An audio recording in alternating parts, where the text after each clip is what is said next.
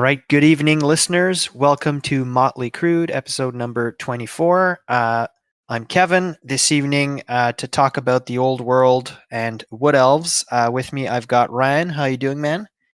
I'm doing great. How are you? I'm doing great, thank you. And then joining us, we've also got Andrew this evening. How you doing, buddy? Good. Awesome. just good. Just good. All right, love it. Perfect. So as I mentioned, this evening we're going to be doing the second part of our Wood Elf Arcane Journal review. We'll be talking about the Host of Talsyn, Army of Infamy, and then covering the magic items we didn't have a time to get to last episode. Before we get there, however, let's talk a little bit about hobby-related stuff. Ryan, let's kick off with you. So I know you were at CTC last weekend, but you can talk about that there and then other hobby related stuff. Cool. Yeah. So CTC was fun. I played 4 of the 5 games just due to some scheduling stuff. Won a game in under 10 minutes. Lost a game in under 10 minutes. Yeah, perfect had a balance. Yeah, I know, right? Had a very tight draw in one round, and then had a loss that, if you would have asked my opponent, he thought he was losing the game until the bottom half of turn 5, and then Okay. it turned on a dime. So no, it was a good time. It was a good event. We had a decent number of people, so it was lots of fun. Since then, I haven't done any other hobby stuff since this past weekend. I really do need to start building handgunners for my own army, but I haven't gotten around to it. Do they come together pretty easily, or are they a bit of a pain in I the haven't ass? even attempted to assemble one yet, but they can't Okay. be more of a pain in the ass than having to glue the end onto every individual halberd. Fair enough.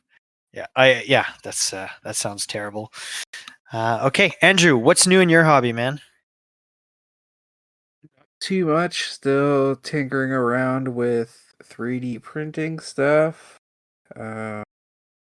Printed off a couple pieces for Old World, but I've mostly been making tables for the 40K tournament Okay. at CCBB. And right now I am painting a couple Goliath Necromunda models. Cool. Are you guys going to be expanding the number of tables at on the 40K side at CCBB, or I don't remember.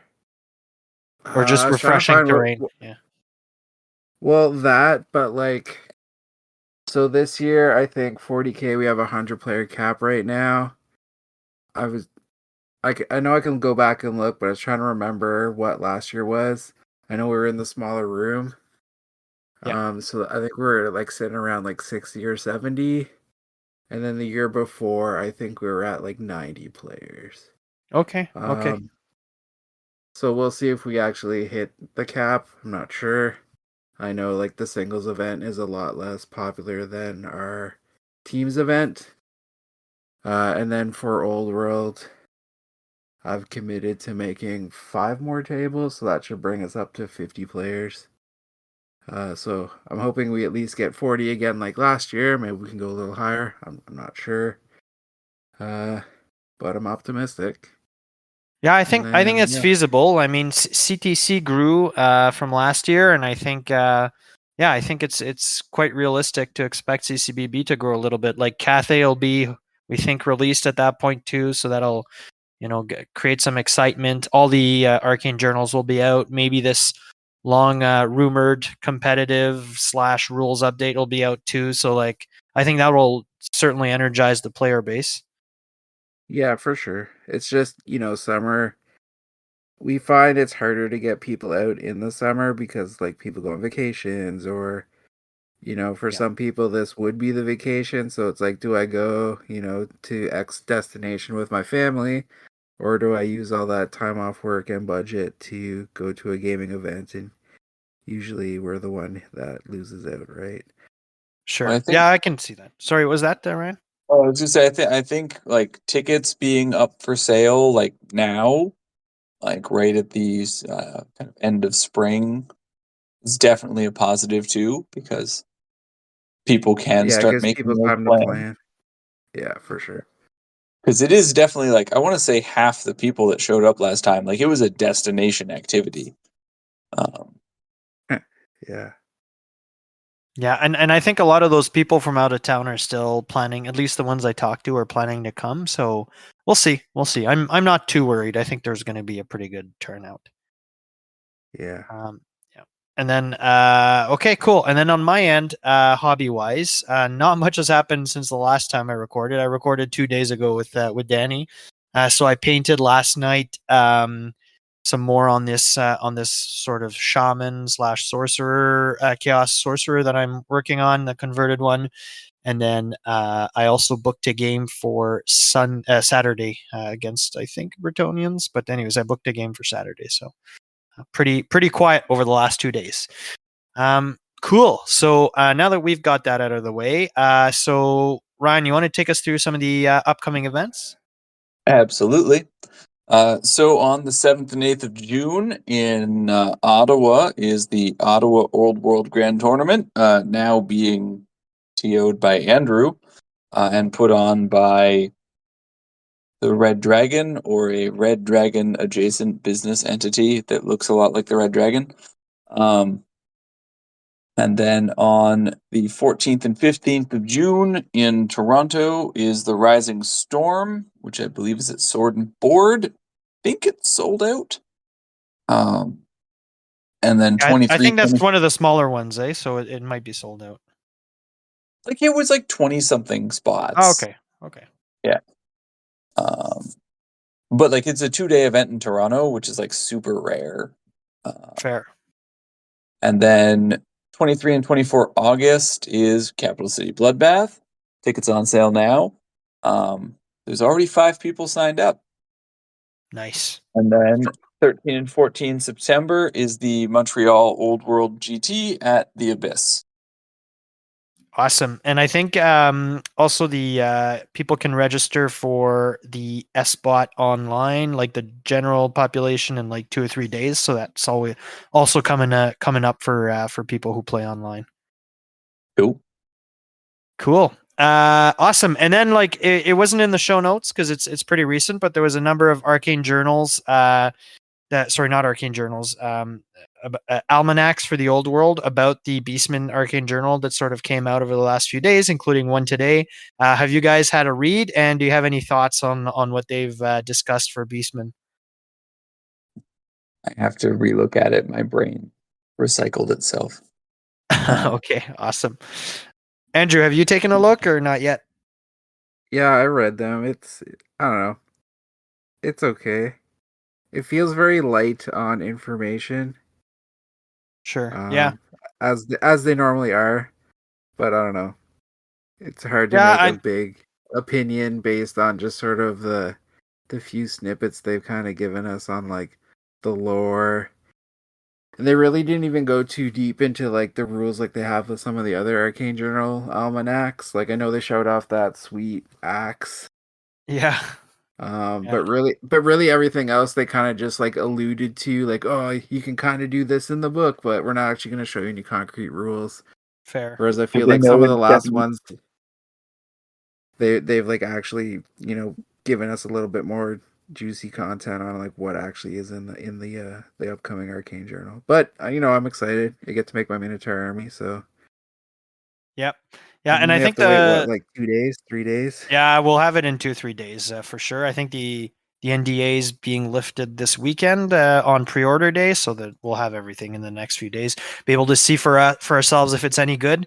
I mean, from the lore almanac that came out, this thing that sort of stuck to me, and I know we've talked about this, is they said, okay, we're closing out like the first round of arcane journals, and then there's going to be a second one after, which we already knew, but at least it's not like 2 3. It sounds like there's going to be a bunch from the way that's worded, which is cool. And then in the sort of rules almanac that they released today, there, I thought like at the very least they name dropped a bunch of units that could be a part of the primal or primeval host or whatever it's called. They're the second army of infamy in the book. That's not minotaurs.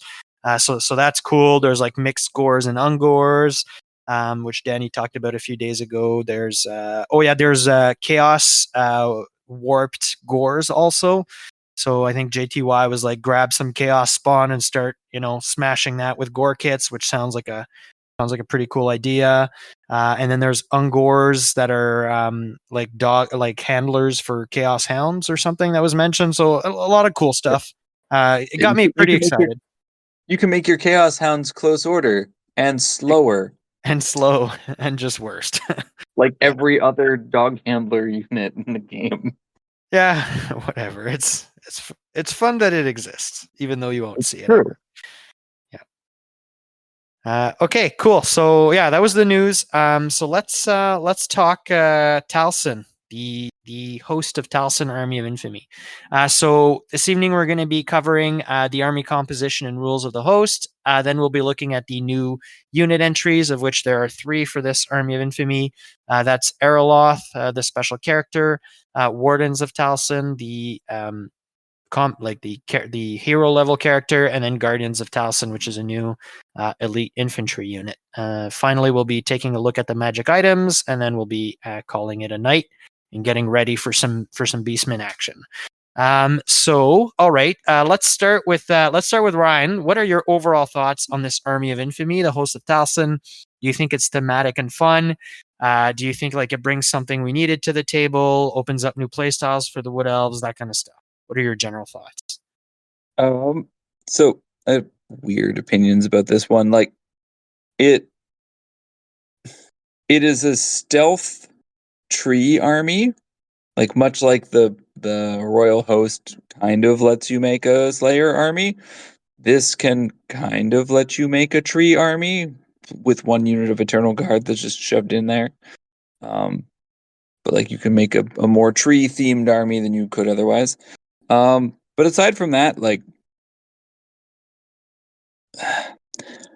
this feels like a very bygone era version of thematicness. Like it's super thematic as long as you are playing very specific missions with special terrain against beastmen. In any other situation, you're like paying premiums or making trade-offs from the Grand Army in order to have rules you can't use or that add no value. So like it's very thematic for something like a Wood Elf versus Beastmen like campaign or whatever, but for just like general usage, it has a lot of restrictions that don't give you a benefit when you play like dwarfs without an arcane monolith in the middle of the table. So that's my only kind of reservation about it. Yeah, that's. I think Andrew will largely agree. But like, what are your thoughts, Andrew, on this Army of Infamy? Yeah, I don't know. It doesn't captivate me as much as the Wild Hunt did. I do like that they're throwing some bones to the tree spirit stuff because a lot of people were under the assumption that like because those models are still used in AOS, like they're just gonna kind of completely ignore them. At least this list, isn't like a huge buff for them, but at least like it makes them still relevant to the Wood Elf army.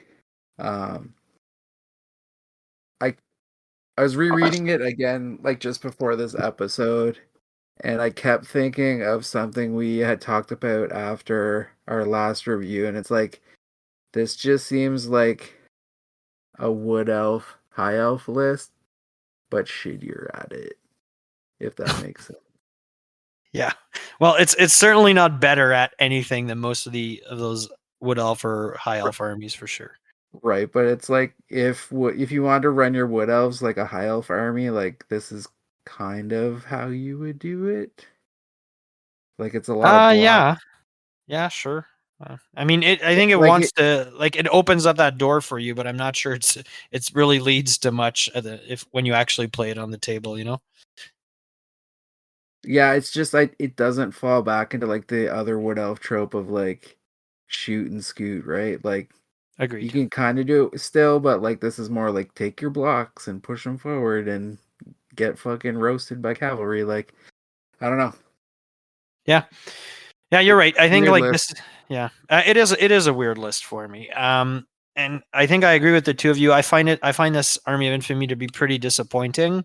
There's just like there's not a lot there. And Ryan was right on the mark when he said, the rules are underwhelming and super situational, and we'll get to those shortly there. But yeah, it feels like you're giving up a lot and you're not really getting much out of it. It does sort of push you towards a more, I guess, infantry themed playstyle, but not like in a positive way. It just pushes you that way by restricting your options, and then not really giving you much in exchange. So yeah, I think they were close to success. Like when we get to the rules, there's a few things I think that could have changed that would have made this a lot more interesting. And then yeah, but then they fumbled it and they made everything dependent on like terrain that's rarely or ever used. So anyways, yeah, I'm not super sold on this one. I think definitely Orion's Wild Hunt is better than this, both competitively, narratively, and like taking like bringing your toys to the table and having a list that functions. I think it's better. So yeah, not a big fan of this one. Not a big fan of this one for sure. Last thing I'll say is like, yeah, there's a rule that impacts tree spirits, but like let's not oversell it. This is not a tree spirit army. It just lets you do a fun thing with them, but doesn't really, doesn't provide much more. Okay, so now that we've all crapped on it here, Ryan, what is the army composition list look like? Yes, it is. So, characters up to 50% of your army can be 0 to 1 Glade Lord or Spell Weaver per 1,000 points, and 0 to 1 Treeman Ancient per 1,000 points, 0 to 1 Warden of Talsyn per 1,000 points, which is a new thing, 0 to 1 Shadow Dancer per unit of War Dancers taken, and however many Glade Captains, Spell Singers, and Branchlet Wraiths you would like to have. In your core, at least 25% of your army must be spent on 1+ unit of Eternal Guard, some Dryads of your choice, 0 to 1 unit of Glade Guard per 1,000 points, and 0 to 1 unit of Deepwood Scouts can be taken as core. Special, up to 50% of your army can be spent on Deepwood Scouts, Guardians of Talsyn, Wildwood Rangers, and Sisters of the Thorn. In addition, they can take 0 to 2 units of Treekin per 1,000 points. In the rare slot, 33% of your army can be spent on Treemen, War Dancers, and 0 to 3 Great Eagles per 1,000 points. And from my little copy here, I can't see the box about magic items and BSB, but I do know that a Warden of Talsyn can be your BSB, and I think a Glade Captain still can, but I'm not sure. Yeah, I think it's both actually. Yeah. Okay, and any thoughts, Ryan, on this? Like it's, like again, it's very infantry heavy. Like you've got to take your Eternal Guard, and the rest of your core is either going to be Dryads or Glade Guard. Like you have no cavalry that aren't Sisters of the Thorn or literal eagles. But you have a lot of 6 trees. eagles, yeah. But you can have 6 eagles all the time in all the lists. Yeah. But you can have a lot of trees. So like I could certainly see, again, like if you were to go something like thematic for like a winter themed wood elf army, like a block of Eternal Guard, a unit of like Deepwood Scouts or Glade Guard, and then like just filling up on Dryads, Treekin, Treemen, etc., and be like, it's the middle of winter and Orion's sleeping and everyone's whatever, so trees. Like that's a theme I can get out of it. But in terms of a functional army, I don't think it does anything that I couldn't have done with the Grand Army. Yep. Just looking at it. That's it. I think you're right on this one. So if we look at the positives here, there's no limitation on your level 4 casters. There's no limitation on your Lord characters, so that's all. Sorry, that's all good. At least core is like 25%, not 33%. So good news there. And I think that's kind of where the good news stops. I don't really, I don't like it when they have an army of infamy that is sort of rests on or is built around some infantry units, and then you can't take them in core. Like these Guardians of Talsyn, like before we even look at the unit entry, I'm pretty sure it's going to turn like those upgraded. It's going to become like those upgraded Lion Guard, where because they're not in core, you're never really going to see them. So that part I find to be unfortunate. I mean, aside from that, like if you want to go trees, you can lean into it in this army of infamy, but something you could do in the grand army also. So there's not a ton of stuff to say. Like, I mean, Eternal Guard, being forced to take those over Glade Guard, I guess it's to theme, but they're a pretty rough choice. So not not ideal. You're losing out on shooting and then cavalry, which in order are the two best sort of unit types in this army, and then you're stuck with a lot of infantry that underperforms. What are your thoughts on this one, Andrew? Yeah, I think you guys like kind of touched on it all. Like, sure, your character allotments are, what you want. You get your Glade Lord, you get your fucking sweet spell reliever. In a 2,000 point list at least. But then the rest is kind of letting the army down. Um, yeah, like 0 to 1 Glade Guard per 1,000 points in your core. So it's like, cool, you're stuck with your Eternal Guard tax, and then you can't even take that many of like the Glade Guard shooting. Yeah. Um, Or the Deepwood Scouts that are actually pretty good. sure. Pretty good. Air quotes. Yeah, I don't know. It's rough because it's like there's a lot of choices you kind of want that you would have in a regular Wood Elf list, and this cuts it all away, but doesn't really give you much in terms of like rules or better alternate units to sort of make up for the loss of those other ones. So it's kind of it seems super depowered Wood Elves to me. Well, maybe the rules are going to turn this around. So let's take a look at We those rules. both know that's not true, but Yeah, okay. fair. Fair. I'm just trying to go for smooth transitions here. Give me a All chance. right. Okay, so first rule is called Ancient Enemies. Ancient Enemies. So all units within a Host of Talsyn army gain the Hatred Beastman Brayherd special rule. Cool. I guess if your buddy runs Beastman all the time, you're going to get to reroll everything into his army, which is going to be fun for you, the Host of Talsyn player. But I mean, other than that, this is a great rule, but it's so situational that you're paying for something that's not going to come up in, I don't know, 90% of your games. So fun, but not but too situational. What do you think of this one, Ryan? Um, yeah, no, like Hatred Beastmen, it's like when my Space Wolves had Hatred Dark Angels. Like, it's just so specific. It's cool. Like, the army's got a thing. But like, how many times have like Goblin players forgotten Fear of Elves? Or do dwarf players have Hatred something? Orcs and Goblins. There we go. But like, I've literally watched dwarfs and orcs and goblins play each other, and I'm pretty sure neither player remembered that dwarves inherently hated orcs and goblins. Like, this is a rule you will forget exists immediately. Yeah, fair. Andrew, what are your thoughts on this hatred? It might be good for like, I don't know, 2 or 3 months while everyone's super hard for Beastmen. There'll be lots of Beastmen armies kicking about.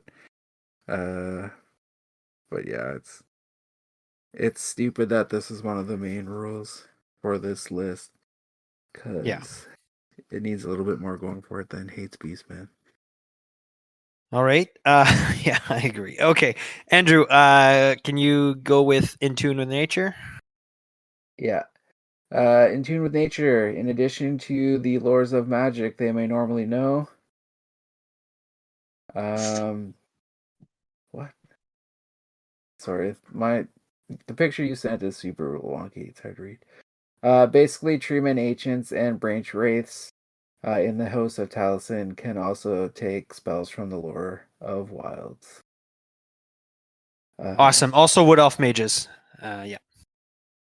Oh yeah, well, I figured that was standard now. So yeah, basically our casters can use the new fancy Wood Elf lore, which is pretty sweet, is what we determined last time, I think. So Yeah. I mean, that's an up for this army, but it'd be kind of weird if the new lore introduced in this book was not available to the armies in this book. Yeah, I mean, it is if they pay for items usually, but this one gets it for free. Sure. Yeah. Ryan, what are your thoughts on this one? Yeah, they get this is the only one where you don't have to pay 15 points to get Lore of the Wilds on your wizards. And just for reference, for 945 points, you can have a Tree Man Ancient and two Spellweavers, all level 4, with a bunch of weird upgrades.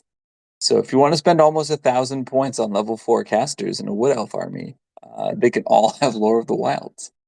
Which is a decent lore, so that wouldn't be. I mean, it would No, be it's not. fun. It's not terrible. Yeah, Yeah. it's a thing. Yep, I think it sets you up well to build on that new lore that came out. I mean, those spells are good. We talked about it last time, and then not having to pay 15 points for the lore is great. Also, the thing is, if you I think it's called the Heartwood Pendant that gives you access to the lore of. Oh no, it is an extremely common magic item, so it wouldn't Yep. lock you out of other arcane items. But anyways, not But it it's still saves you 15 some points. Exactly, it saves you some points on your magic item allocation. So I mean, this rule is good. I'll take it. But we need to build on it a little bit here. Ryan, how about Protectors of the Ancient Wood? Oh yeah. Whilst in control of a special feature, a unit with the Host of Talsyn army, or within the Host of Talsyn army, may re-roll any rolls to hit and to wound of 1 during the combat phase. So again, this leans into this theme of the beastmen are getting the herd stone, that's going to be a special feature, or if you're playing capture and control or whatever it's called, there's the hill is a special feature, or the town. We use a hill here, but the tower is a special feature. And yeah, so that's handy. But I almost what I feel is missing from this is between this and the one of the kindreds also interacts with special features. Yeah. That's kind of Talsyn themed, and I think we'll run across this more, but I almost feel like if you're gonna have a bunch of rules that interact with special features, you should be the army that gets to bring a special feature with you. Yeah, Instead of just 100%. assuming that they're on every table, which they're definitely not, because one, again, when you try to have special terrain, people immediately forget the special rules for it. And two, people are not just plopping down multiple arcane monoliths and monuments of glory and towers and dark ruins and all these other things. They're just not there's 3 different special features that are just buildings, and all we do is go, this building's an impassable rectangle. So Yeah. yeah. Yeah, I mean, this one for me, yeah, what the hell is the only thing I could say. So as an army, Wood Elves, the theme is forests and woods. It was so easy for for the designers to make this whilst it controls a forest or is within X amount of inches of a forest. A unit within the Host of Talsyn may reroll any hit rolls. Like, why does it have to be a special feature? Like the Host of Talsyn, their thing is, they're defending these sacred groves during the winter time when Orion and his buddies are taking a bit of a nap there.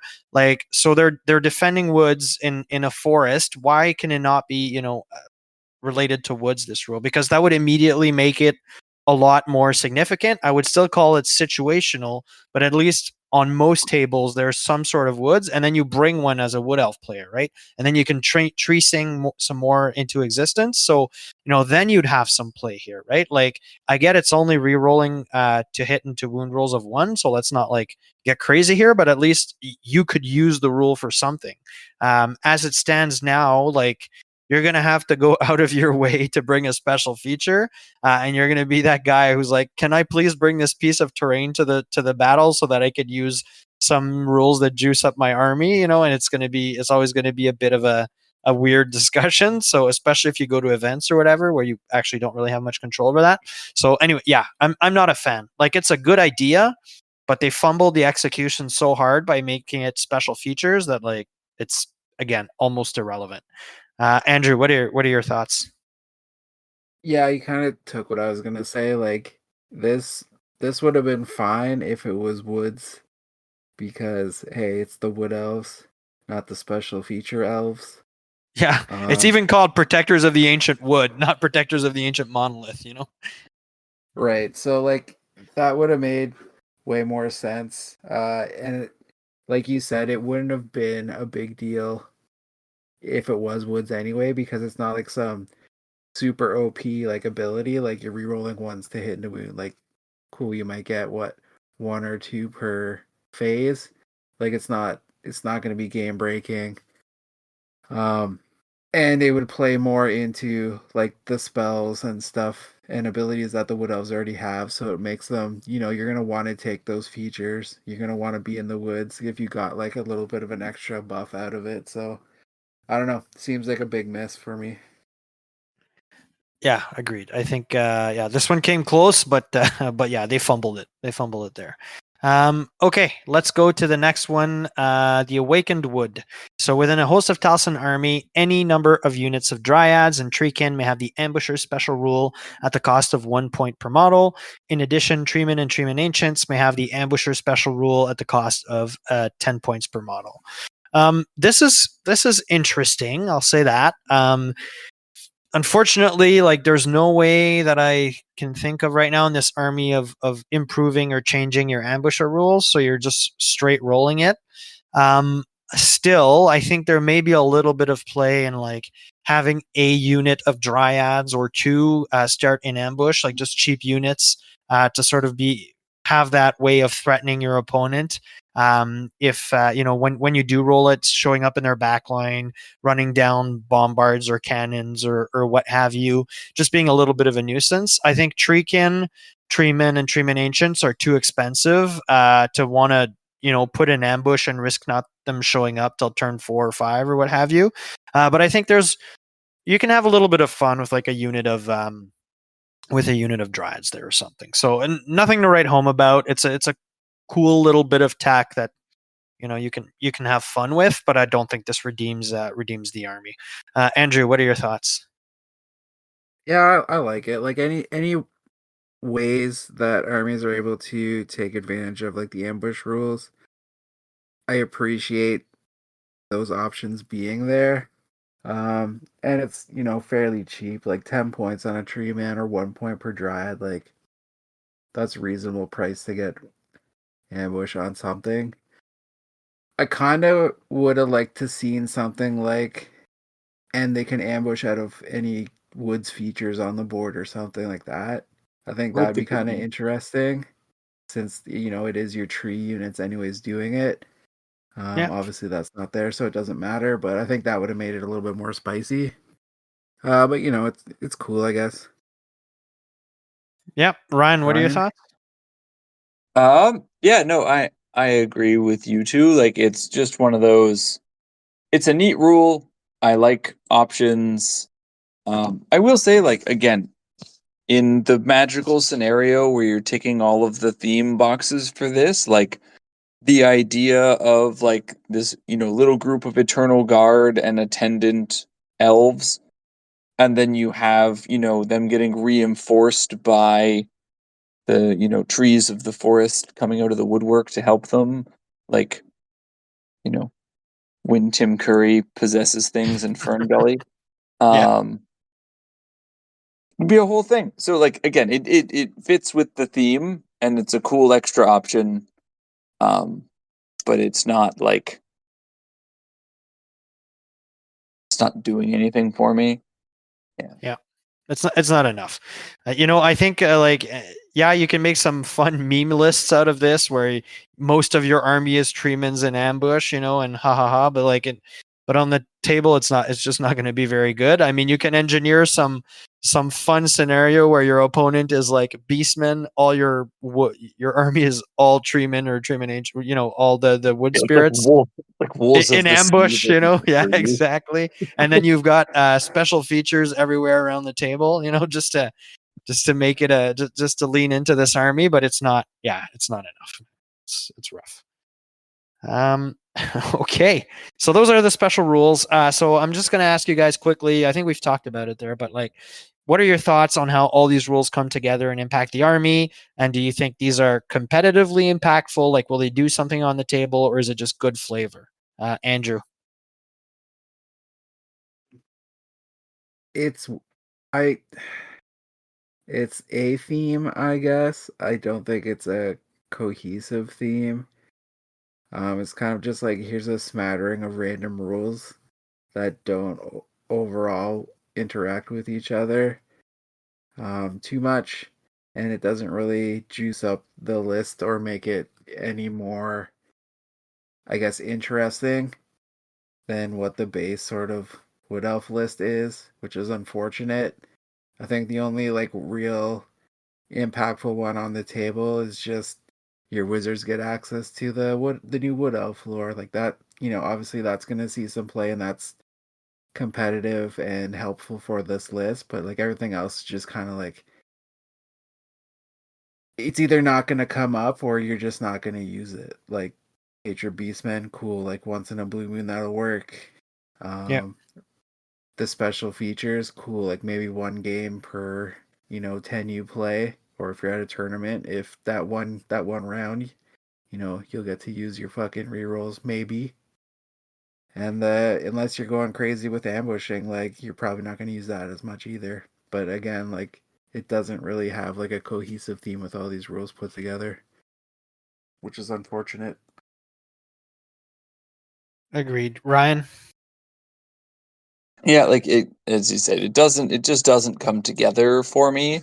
And like I get the lore piece of like Talsyn's the place where like they're most close to the tree spirits and all that, but like just mechanically trying to make this, you know, be the professional standing infantry army of the wood elves, for lack of a better description, and also, kind of tree army.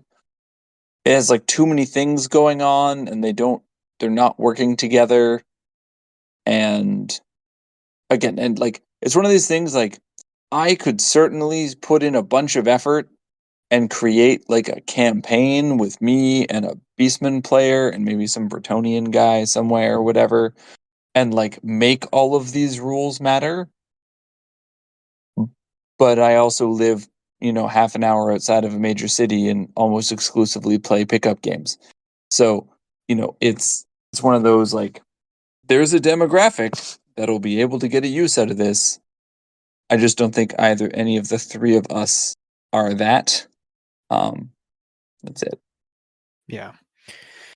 Yeah, this one I mentioned it earlier. I think it's a disappointing Army of Infamy. For me, the theme feels half baked. Like, we're either going to lean into the infantry and give me something to actually make it, useful and playable in this army, especially. I know, like, notwithstanding the status of infantry in this game for Wood Elf Story specifically, or if we're not going to do that, let's lean into the tree spirits and then do something to make them more impactful. But like doing a little bit of both and not really doing much to address the issues with either feels like I'm like a real missed opportunities when it comes to selling me this Army of Infamy.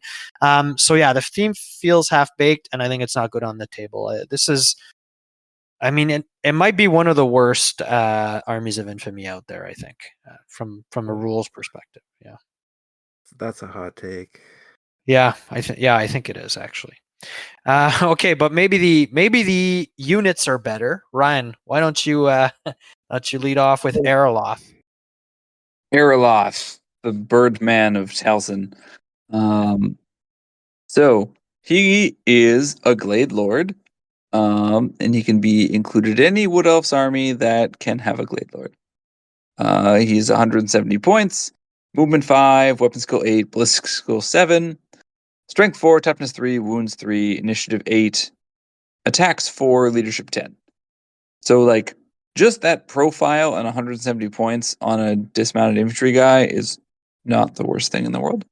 He is a regular infantry named character, rocking heavy armor, the only elf that could afford heavy armor, a shield, and the Spear of Talsyn. And then he has rules: the boldest of the bold, evasive, favor of the goddess, move through cover, rallying cry, Scarin the Eye Thief, which is his bird, strike first, and stubborn. So boldest of the bold, Erloth ignores all modifiers to his leadership characteristic, which is 10. So I think part of this goes back to that weird recursive loop of like what happens if you put a negative leadership modifier on the general.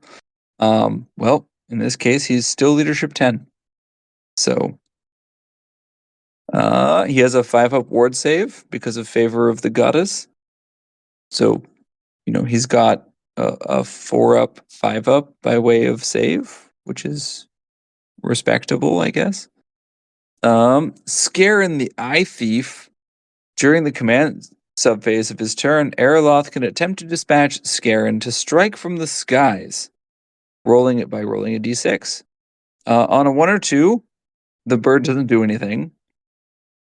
On a 3, the bird descends from the skies to strike things. Nominate a single enemy model within 18 inches. That model suffers a single strength 4 hit with an AP of -1. If they suffer an unsaved wound, its weapon skill and initiative characteristic are reduced by D3 to a minimum of 1 for the remainder of the game, because the bird has pecked out their eyes. Amazing. Somehow this is better than pigeon bombs, but still bad. Well, I think everybody agrees that hawks are just generally more competent than pigeons. So, I mean, that's fair. Fuck, I bro, mean, you live in Ottawa. You know that's not true. Those pigeons are psychos downtown. if we need to rank bird interactions in this game, it's clearly summoned falcons, followed by Scarin the Eye Thief, followed by pigeons. yeah, But Bretonian falcons are, the F-15 of the avian species in the old world. Yeah, we should have an episode tier listing avians of of the old world. The bird list. The Spear of Talsyn. It's a combat weapon, strength user, AP -1, armor bane 1, magical attacks. So it's a strength. It's just a spear. It's a magical attacks spear. Yeah. That doesn't do anything else interesting. It's just a spear. That's it. Yeah. So yeah, Talsyn is a dude For 170 points. Well, there's like someone else said this on a different media stream, but like he feels thematically like a character that should be like buffing everything around him. Like he feels like he should be like a Frindal or a Lowenhacky or something where he like buffs the army by being in it. And instead he's just kind of like a super generic foot character with a bird that stabs people. It's a pretty sweet fucking bird, though.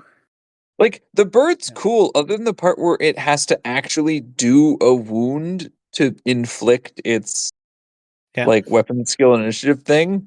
Like Yeah, I guess because if its you want to blind strength is someone's too low. Yeah. giant, like sure.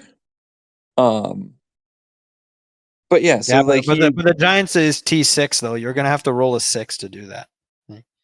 I mean at this point fuck it. Fair. Gotta roll a Fair. 3 and then a 6, then a D3. But It's like rough. you just like you take him and he's not adding anything that like a Glade Lord with a bunch of magic items isn't adding. Um so I don't know what his value add is here. Um Other than the fact that like he's relatively like in the grand scheme of things, he is pretty cheap. Yeah. Yeah, but But I like mean, he's not so the important, like in the old world, what you want to do is spend points on character. The real characters, the real limitation is like the points limit, right? So a cheap yeah. character that doesn't do much is not super useful. You are 100% correct, but that's why I literally I You can't actually find can't much. think of a use case other than I want to use Eroloth because he exists. Yeah, I think that's it, No, man. What's you that? want to use Scarin, but Erloth has to come with him. Exactly. That's right. I want the bird and only the bird. Yeah, exactly. It Yeah, is full. yeah, I hard agree with everything you just said, Ryan. This guy, I mean, I think his best redeeming quality is that he has a really cool model and sculpt. Um, so great, 170 points. I think you're getting +1 weapon skill and +1 to his save. In terms of like raw stats difference, and then the 5-up ward save and the bird for 35 points over a generic Glade Lord. I mean, a 5-up ward is going rate 30 points, so I guess fine. But then you can't you can't mount him on anything, which automatically makes him not very good. And then he can't take any magic items, to help him out a little bit here. Speaking of magic items, the Spear of Talsyn is garbage. A Lord level character that strikes at strength 4 is brutal. Like he's just not going to do much to anything, especially anything that challenges him out. I mean, he has a good slew of special rules there, fantastic. But I mean, it's 170 points. It's too much for this guy. Just not being able to take magic items, I would expect him to be at a discount over the regular Glade Lord, but he's not. Having the bird to peck people's eyes out is cool, interesting. It may work sometimes, but it's not enough to redeem him. I'm hard pass for me on Erloth. I think he feels absolutely like he should be the buff character for this army, but he does nothing. So yeah, a big miss for me. What about you, Andrew?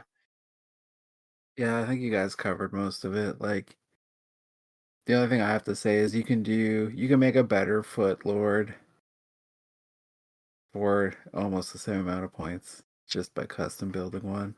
Yeah, you So, you can make a better Footlord. Yeah, absolutely. yeah, this guy's a miss, even as much as cool as his bird is. Yeah. Okay, let's move on to the Wardens of Talsyn, which is the generic character. So these guys are, as with all of their ilk, movement 5, their weapon skill 7, ballistic skill 4 only, which is lower than most of your other Wood Elf characters for sure. Strength 4, T3, 3 wounds, which is Lord level high elf stats, correction. Initiative 6, 4 attacks, leadership 9 for 125 points. This guy comes with an Azrai Spear and light armor. You can give him an additional weapon or a great weapon. He can take a shield. He can purchase magic items up to 75 points. So that is like the intermediary character magic item allotment. He has close order, which few characters have as part of their special rules, but he has close order, courage beyond compare, drilled, elven reflexes, immune to psych, move through cover, parry, strike first, and stubborn. So the two rules are the two like unique rules to this guy are courage beyond compare, which if this character joins a unit of Guardians of Talsyn, which we'll cover in a second here, that unit gains immune to psych. Should the character leave, then they will lose immune to psych, which fine. And then he gets also the special rule parry, which is when fighting with a hand weapon or a shield or a Nazrai spear and a shield, this unit improves its armor save by a value of 1, which means that you can bring this guy, with a spear, a shield, and light armor down to a 4 up, which is cool. So yeah, I like the parry rule. Of course, I think soon I figure more things in the game are going to get access to this rule. But overall, that is cool to get your things to be a little bit more defensive. But I mean, beyond that, I really like the stats on this guy. They're good. He's fairly cheap. He's 10 points below a Glade Guard, although you do lose 25 points of magic allotments. So that's, yeah, it is what it is. I think the real reason why you're not going to see much of this guy is that he can't be mounted. So if you're, it fits with the theme of the army, that's great. But not being able to mount your Lord-esque level character on anything and having him stick around with a bunch of pretty flimsy elves is going to be rough if you intend to win any games. But I mean, he's cool. I like the stats. But yeah, there's not, especially the fact that you could take a great weapon and be like strength 6 and actually, which is a super important break point. But I mean, aside from that, it's not nothing to write home about on this guy. What are your thoughts on the wardens, Andrew?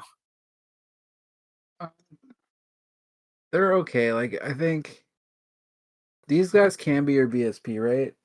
We established Yep. that. In this army, yeah. So, like, maybe if you're gonna go with like a big block of guardians, you throw him in there as your BSP. Like, that might be okay. But yeah, him not being able to be mounted is kind of a big letdown. But he's a decent intermediary level character. But yeah, just the generic base Wood Elf characters, I think you can do a better job making something more useful. Yep, out of the Lord. Yeah, if he could, like, going back to the BSB point, I don't think there's a ton of really amazing banners in this army. If you had access to something like the High Elf banner that gives you +1 toughness, like this guy maybe would see some more play, but right now it's a bit rough. Ryan, what are your thoughts on the wardens? So I would take one over Talsyn. Oh yeah, Erloth, yeah, absolutely. Yeah. However, the big miss for me, like, 'cause if I'm gonna take a guy on foot, he's probably gonna be kind of a weird duelist in a unit of guardians or something. But he cannot take forest spites or kindreds because he's Rough. not a wood elf noble.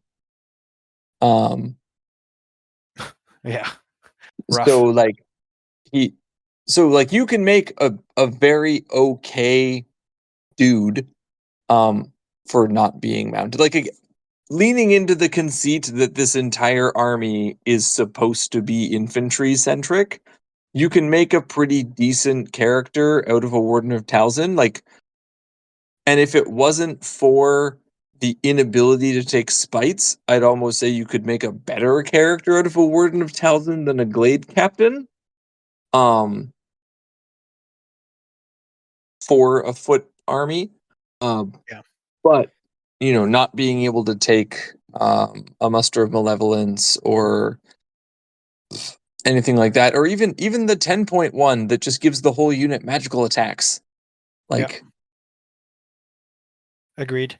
whatever. Agreed. I mean, when you look at the Glade Captain, yeah, he's worse. But then when you factor in that he's going to take, let's say we're making that duelist guy, he's going to be -1 to hit in a challenge because of that spite. Yeah, and then you units can be -1 the weapon bear. skill, and Yeah, and then you give him the Kindred of the Bear, and he's suddenly strength 5 T4 base. Like, this guy cannot compete with that.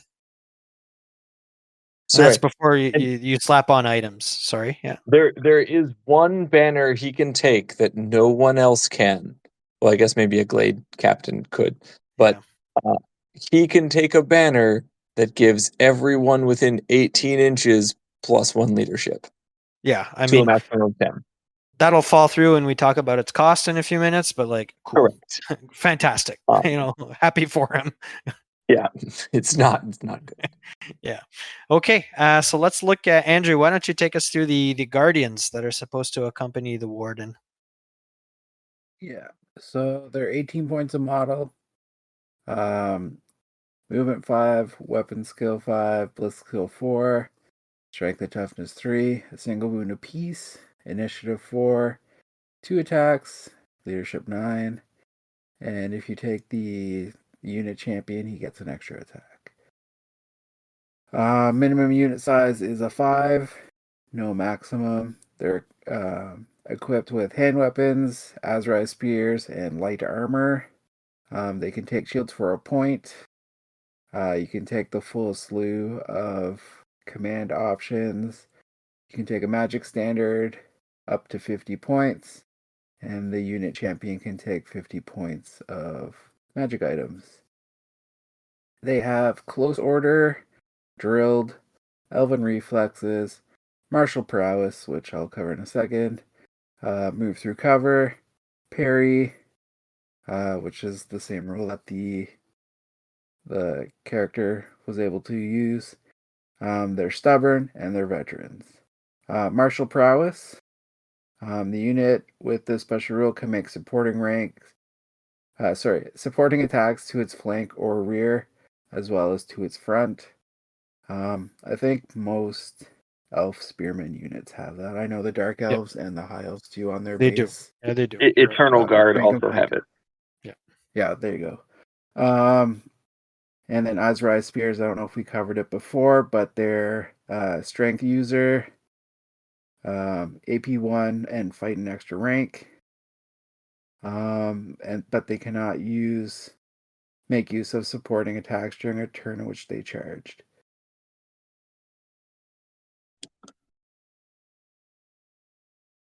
If it's charging its front arc, a model wielding an Azrai Spear gains +1 monitor to its initiative against charging units. So basically a regular spear with AP1. Exactly. They're cool. They're a little pricey for 18 points on something with just light armor. Azrai Spears are, I guess, okay. Like, it's nice to have that extra blip of AP. But on a strength 3 unit, it's not going to be enough, I think, to get a lot of combat damage out of these guys.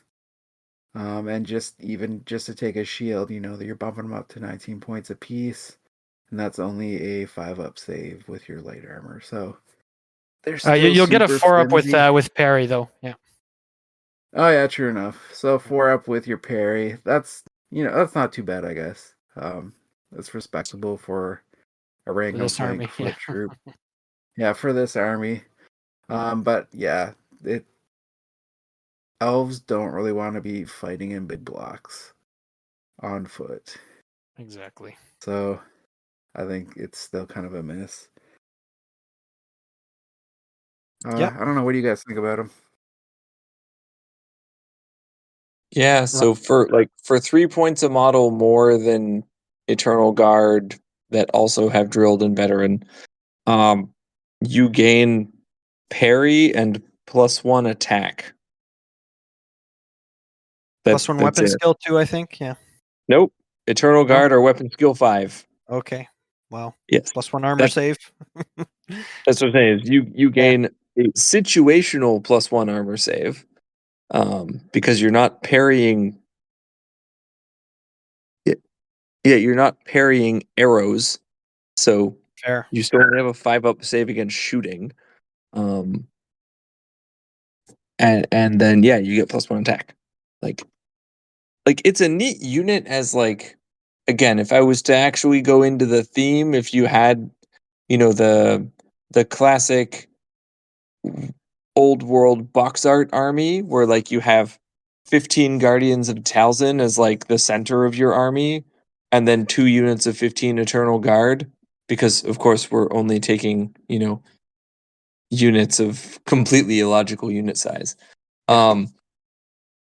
If you built that army, where it's basically just a bunch of, it's like spearmen and more veteran spearmen in the middle, sure, like you could make a thing, but like 15 Guardians of Talsyn with even like basic upgrades is like approaching 300 points.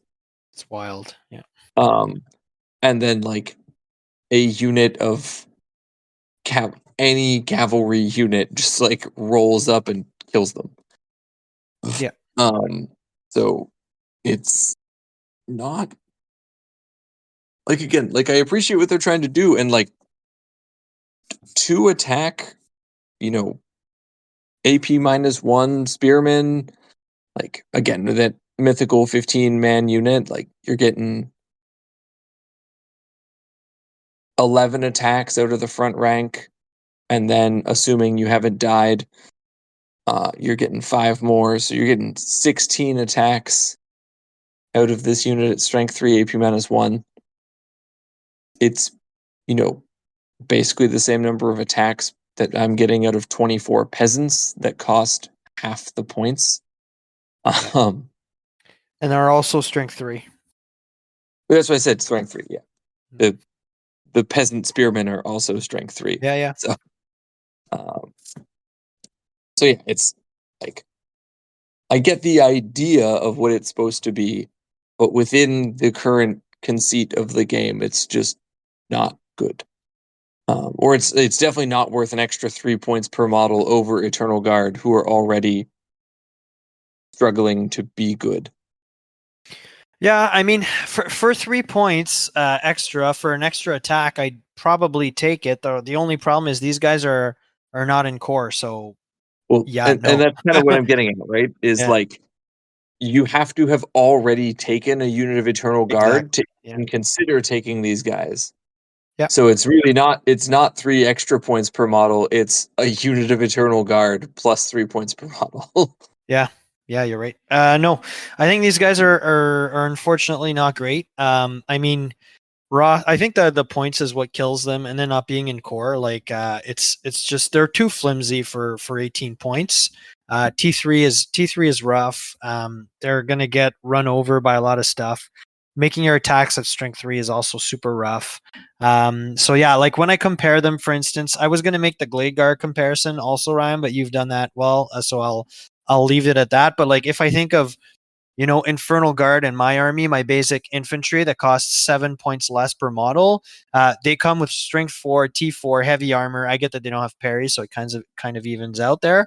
And yeah, they do lose an attack, but I mean, strength 4 and T4 are such big break points in this game. Like, yeah, this is for me. These guys are a miss. It's unfortunate, but yeah, their points need to be dropped down to like 15 or something, and being able to take them in core, because right now I think you'll never see them on the table. Okay. So, Ryan, I'm going to ask you as we close out this unit section, are there any standouts that you see here in these 3 different entries? Do you think anything, we'll see competitive play? And do you have any disappointments? So, like, right out the gate, no. Like, I don't see any of these 3 things really showing up anywhere. I'm happy to be surprised. At the same time, like, I do still think, and I need to actually sit down and like try this out someday, but like I do think there's between the lore of the wilds and tree singing and being able to bring a forest and all that, like there might be some weird play for a wood elf, like a very defensive wood elf army that basically just tries to force the enemy to fight in forests, basically using all of their advantages. Mhm. Where you basically want the other army to come to you, but like it's even if it does work conceptually, like the skill floor to make that army work as an idea is so high um that I don't know, you know, if anyone will even bother going down that road. Um, so that's a thing. Like it's one of the things that if someone can make this army work, I think some of these units, if anything, probably just the Warden of Talsyn, uh, will show up. But it's this like dominoes situation of like you need to make the whole thing work for any of it to be relevant. Yeah. Yeah, it's a lot of work to see any of these guys show up on the table and be of value. I guess my hot take on this is none of them are going to see the table. I think I agree with you, Ryan. Definitely that the Warden is sort of the best of the lot here, but he's not good enough to see play, especially when you consider that he can't take spites or kindreds. That is like a massive miss for me. So yeah, then the Guardians, as we mentioned, too expensive and too flimsy, and then Aeroloth is just a big nothing burger. So yeah, none of these are going to impact the meta, and because unfortunately none of their rules are massive, or really impactful. This is just it's a bit of a flop for me. Andrew, what are your thoughts? I think you guys nailed it. Like, these guys seem kind of half baked. Um, right, Kevin, you just said something really big. Is like the Wood Elf list in general. It's all about the spites, on your characters, and even like they gave kindreds access to any of the Wood Elf lists except this one, even though they were introduced in this book. So it's like, shouldn't this list also have access to those kindreds? Because that would at least make them at least somewhat more maybe usable. You might be able to get something out of them, but like you're losing two big aspects of customizing your Wood Elf characters in this list, so it just feels like a very vanilla, not very good Wood Elf list. Like, I don't know. It's rough. Yeah, I agree. And I think Ryan. Sorry, go ahead. even the units, like for this list, the special units specifically made for it aren't gonna probably even see play, which is ridiculous because you're gonna go for the more generic options that are already in the base Wood Elf list. So at that point, why don't you just play generic Wood Elf list? Yep, 100% agree with you. And this mainly only hurts the Warden because the spites and the kindreds are tied to nobles, and he doesn't fall in the nobles. So it's really just the special character that gets fucked. Like everybody else is fine. Like I really think Andrew, it's probably like just a mistake. They forgot to put it in, but like it's just makes this guy just not worth it. Okay, cool. Let's look at the items. I think we all agree that this is not a great army of infamy, but maybe the army gets some good items. I think there might be a few in there. So Ryan, let's kick it off with Vol's Wrath. Paul's Wrath is a bow of one. Just gotta get back to the magic items. 1 second here. Here we go. Vol's Wrath. Range is 55 points. Range 32 inches. Strength +1. AP -2. Flaming attacks, magical attacks, multiple wounds 2. Once per game, unless the wielder moved during the previous movement phase, Vol's Wrath can be shot like a bolt thrower using the through and through special rule. I mean, if I wasn't spending 55 points on anything else and was taking some kind of archer character, sure. But at the same time, like,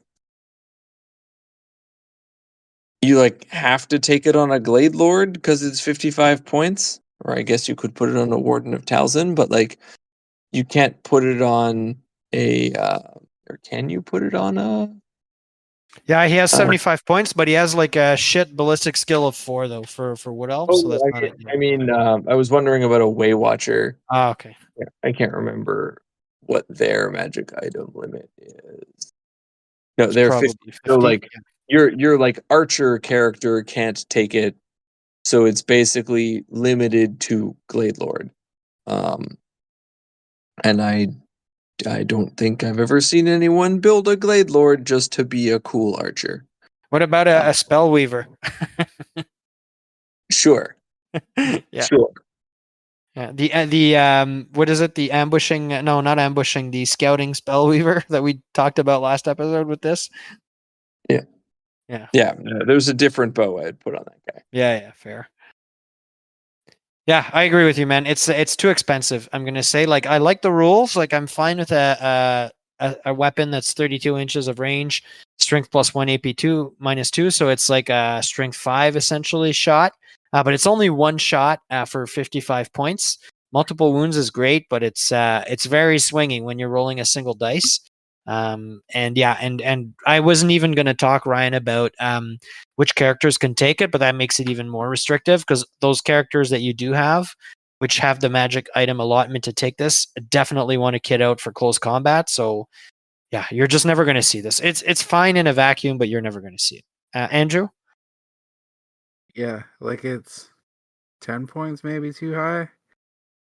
At the very least, 5 points too high. Because, why not just give them that sweet fucking Way Watcher character who takes this and sneaks in the backfield? Like, it's not going to be game breaking if it was that much, little bit cheaper. So Agreed. it's kind of a miss. Yep. Fair. I agree with that. Okay, so the next one is Daith's Reaper. So Daith's Reaper is 40 points. It's a close combat weapon, strength +1, AP1, magical attacks. And enemy models must reroll any successful armor saves rolled against wounds caused by this weapon. Great. I like the special effect. Rerolling successful armor saves is good. But for 40 points, I think strength +1, AP1 only. I mean, a great weapon's like 4 points.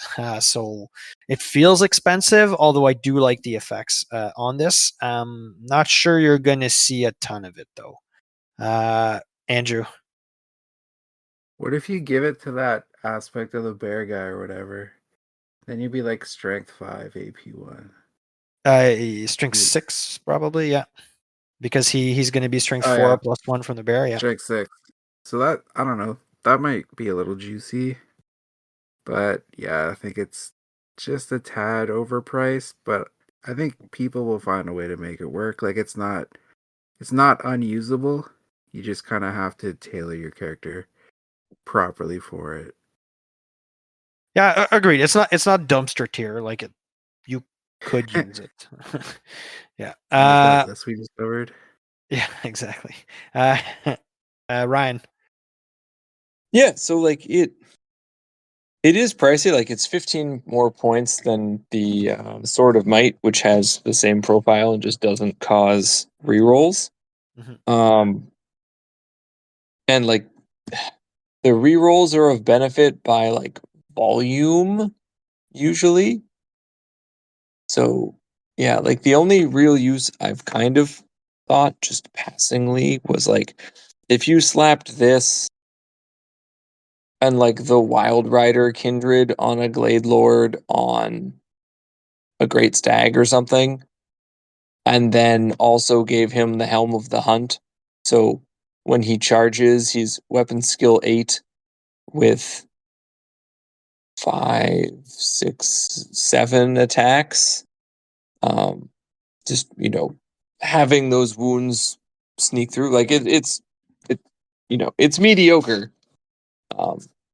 And like if I want strength +1, AP -1, I'm just going to go buy a Sword of Might.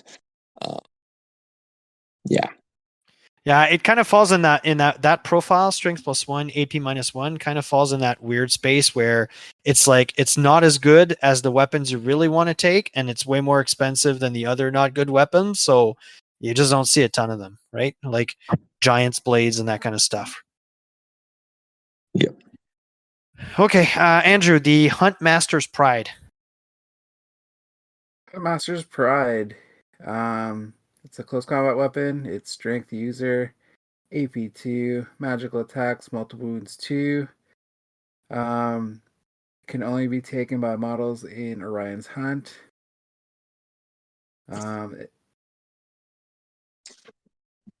What? The multiple wounds 2 special rule applies only against models whose troop type is monstrous infantry, monstrous cavalry, monstrous creature, or behemoths. For 35 points. I mean, AP2 is nice, but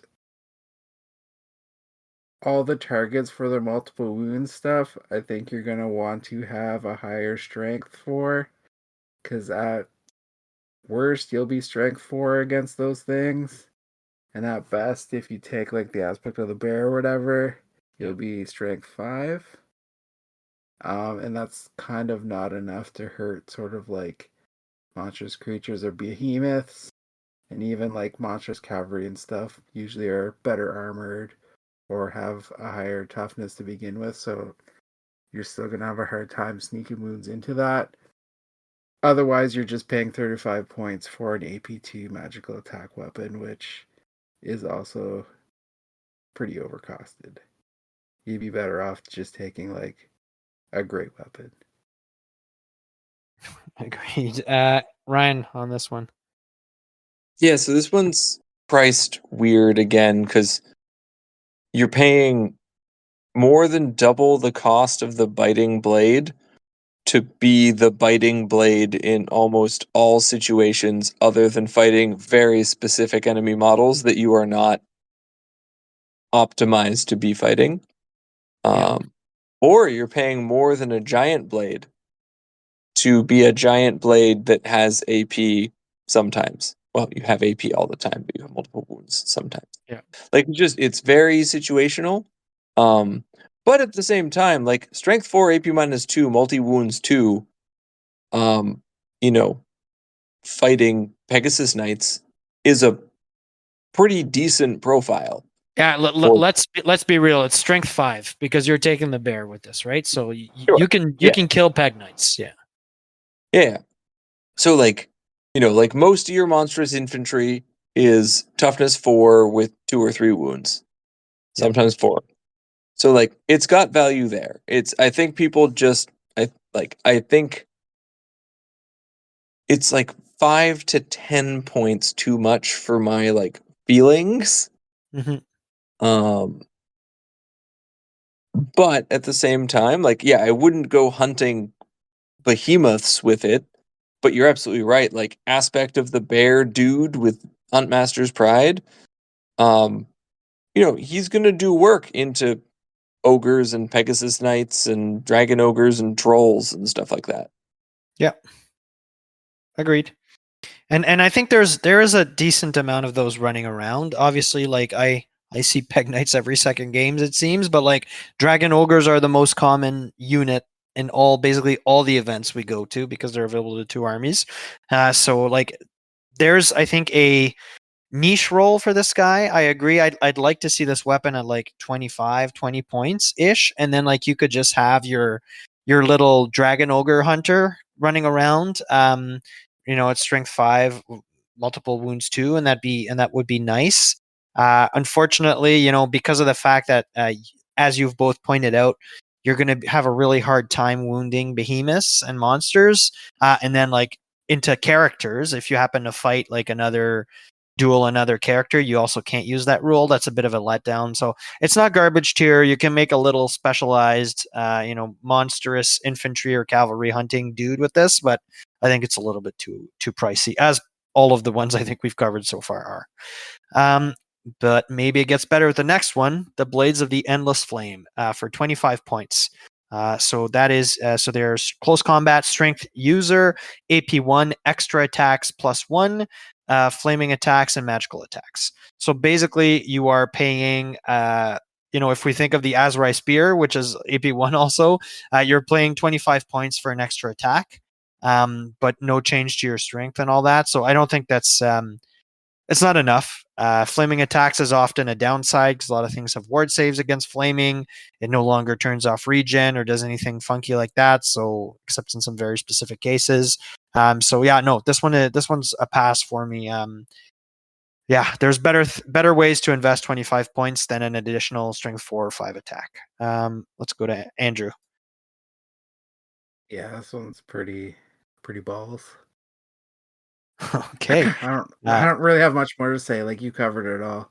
You're Okay. paying 25 points for an extra attack. Flaming attacks is nothing because it almost never comes up. Or, like you said, it's a detriment because it gives things like, your Chaos Dwarves their ward save against it. So, yeah. Awesome. Ryan? Yeah, no, like the 25 point price point is what's not doing it for me, because I can buy it Sword of Might to still get magical, because there is some value in magical attacks Agreed. sometimes. The Green Knight. Yeah, the Green Knight, weird ethereal shit, whatever. But like, if I'm spending 25 points +1 strength on, like, especially on like a T3 model, if I'm like throwing this on a sergeant or something, +1 strength matters more than +1 attack. Agreed. Generally. Well, especially on elves where all their characters are usually baseline strength 4, right? Yep. So, like, when you're making elf lists, your characters need those strength buff items that maybe other armies wouldn't need. So, like, this might be good on a Chaos Lord who's like strength 5 base. Yeah. But I guess what I'm getting at is points, like, sure, but like elves need that fucking damage help. So all this like extra shit on this weapon, it doesn't cover the basic elf detriment, which is their low strength. 100%. Like that's what you're trying to get around. The other thing I was trying to get at, though, is like the 25 point price point means like, yeah, you're probably like, this is not helping your characters, but this is also not helping your unit champions with 25 point price price limits. Like, if Right, I'm gonna spend 100%. 25 points to give an Eternal Guard champion a magic sword, it's gonna be a Sword of Might, not this. Agreed. Yeah. For when you're teching for that, a Warriors duel against Wolves of the Sea there, you're not taking this one. Okay, Ryan, because I skipped you, why don't you do the Mantle of Rebirth? Yeah, Mantle of where'd that one go? Last page. It's a Suit of Light. Yes, they're not in the same order on my phone. Oh. You want me to take it? No, I got it. It's Okay. a Suit of Light armor that gives you a 5-up regen. It's fine. Like, it for 40 points. So like, it's the same cost as the Crown of Everlasting Conquest or whatever that gives Chaos Lord 5-up regen. The only real downside to it is that because it's locked to light armor, like, you can't, like, if you put it on a Lord on a Dragon, you have to take your save against light armor in order to take the regen. Yeah. But if you are Mantle of Rebirth, Aspect of the Bear, Great Stag dude, who's toughness 5 with a 3-up armor save, talismanic tattoos, and a 5-up regen, you're approaching durability for an elf. Yeah. +2 from armored hide too. Yep. Exactly, that's what I'm saying. You have a 3, like, you have light armor and a shield, and +2. Yeah, it's pretty respectable. Agreed. Yeah, I think this one's going to see play for sure. It's like 40 points is the rate is the going rate for I think for a 5-up regen. You mentioned the Crown of Everlasting Conquest, also the carry on whatever it's called, amulet or what have you, is 45, right? But you get poison attacks out of that, and then like the Trollhide trousers are 40 points for regen 5+, but it does increase your armor save by 1, so there is that, and they are extremely common. But I think this army doesn't have a ton of access to regen. There's the spell in the new lore that we discussed last episode, but like 5+ regen is always good. I think this stacks really well with either your stag lords or even your dragons. Having a dragon that is 5 whatever armor save that leaves you with, and that's fine. But 5+ regen, 5+ ward save, -1 to be hit in close combat when he's in a challenge, which you're going to be. Your enemy losing 1 initiative and 1 weapon skill, always striking first. Like you're gonna get a really and rerolling all his hits in close combat with the aspect of the cat, or yeah, the kindred of the cat there. I think like you're gonna get a really strong combat character, and this is gonna be a good piece of it, or a big part of it. So I think this sees play for sure. It's the first item I think that you're gonna see. What are your thoughts on this one, Andrew? Yeah, I think I think we covered it there. Like anytime you can give out regen, despite like no matter the source, I think it's something you should always at least consider, especially on, like your big fighty character. Sure, light armor is a bit of a letdown, but coming from an army that doesn't have super high armor saves to begin with anyway, like I don't think that's as big of a deal here. So yeah, I think for sure it's going to see at least some play. Yep, agreed. Okay, let's Andrew, do you want to do the Cloak of Tumbling Leaves? Yeah, Cloak of Tumbling Leaves is 30 points. Models whose troop type is regular infantry or heavy infantry only.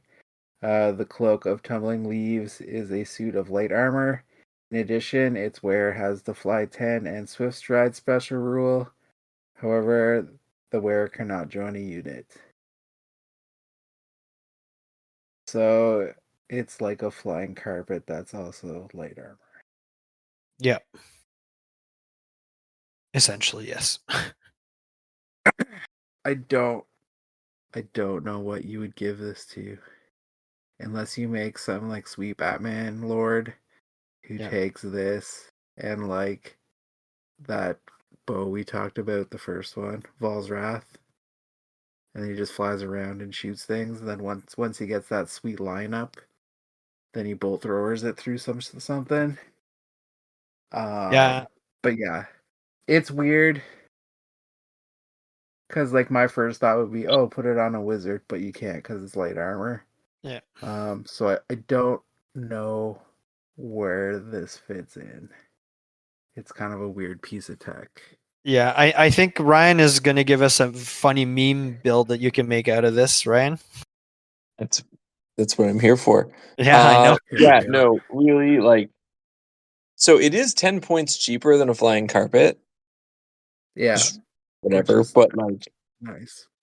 the only thing I could think of is again like slapping it on, like some kind of weird archer lord character, or waystalker, or maybe a glade captain with the scout kindred, but like something weird where you just want to like deploy in the enemy's backfield and then like go kill war machines or something like dumb.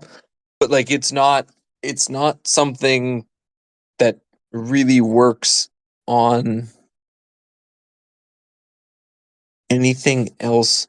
What character do they have that's heavy infantry in a wood elf army? Maybe the Warden of Talsyn? I haven't looked. No, I don't think they are. But So Ryan, you missed though the meme build I was gonna go for is, this is not great. Like it's a marginally, I think, better flying carpet, but you don't see a ton of those, and certainly not on like combat characters. It's more of a mage thing usually. But regardless, I think if you put this with the aspect of the boar for one impact hit and like AP1 on the impact hits, and then you give it the crown of antlers that we'll talk about in a few minutes here, like you just have your little Batman missile guy going around doing a bunch of impact hits at low strength, so it's not ideal, but yeah, But I can do that it's not a with good item. But I can do that with a Warhawk for fewer points. Yeah, it's not good, man. I'm not telling you it's good. I'm going for the meme here. You're not going to see this. Is the answer? Not good. Okay, let's move on to the next one. Ryan, the Ariel's favor. Yes. Ariel's favor costs 30 points and gives you magic resistance -2. Because apparently if the Mage Queen loves you, you become resistant to magic. Checks out. It's fine. Like, it's cheaper than 2 obsidian lodestones. That's it. Like, Agreed. Yeah, agreed. It's fine. You'll see this. You'll see this pop up. It exists. Yeah. Yeah, if your dragon character has an extra 30 points left, you give him magic resist 2. That's not bad. I mean, it works with the brazen collar, which is cheaper, unfortunately, but it works with the brazen collar, so it'll work here. I'm not sure you're always going to have the points left to take this.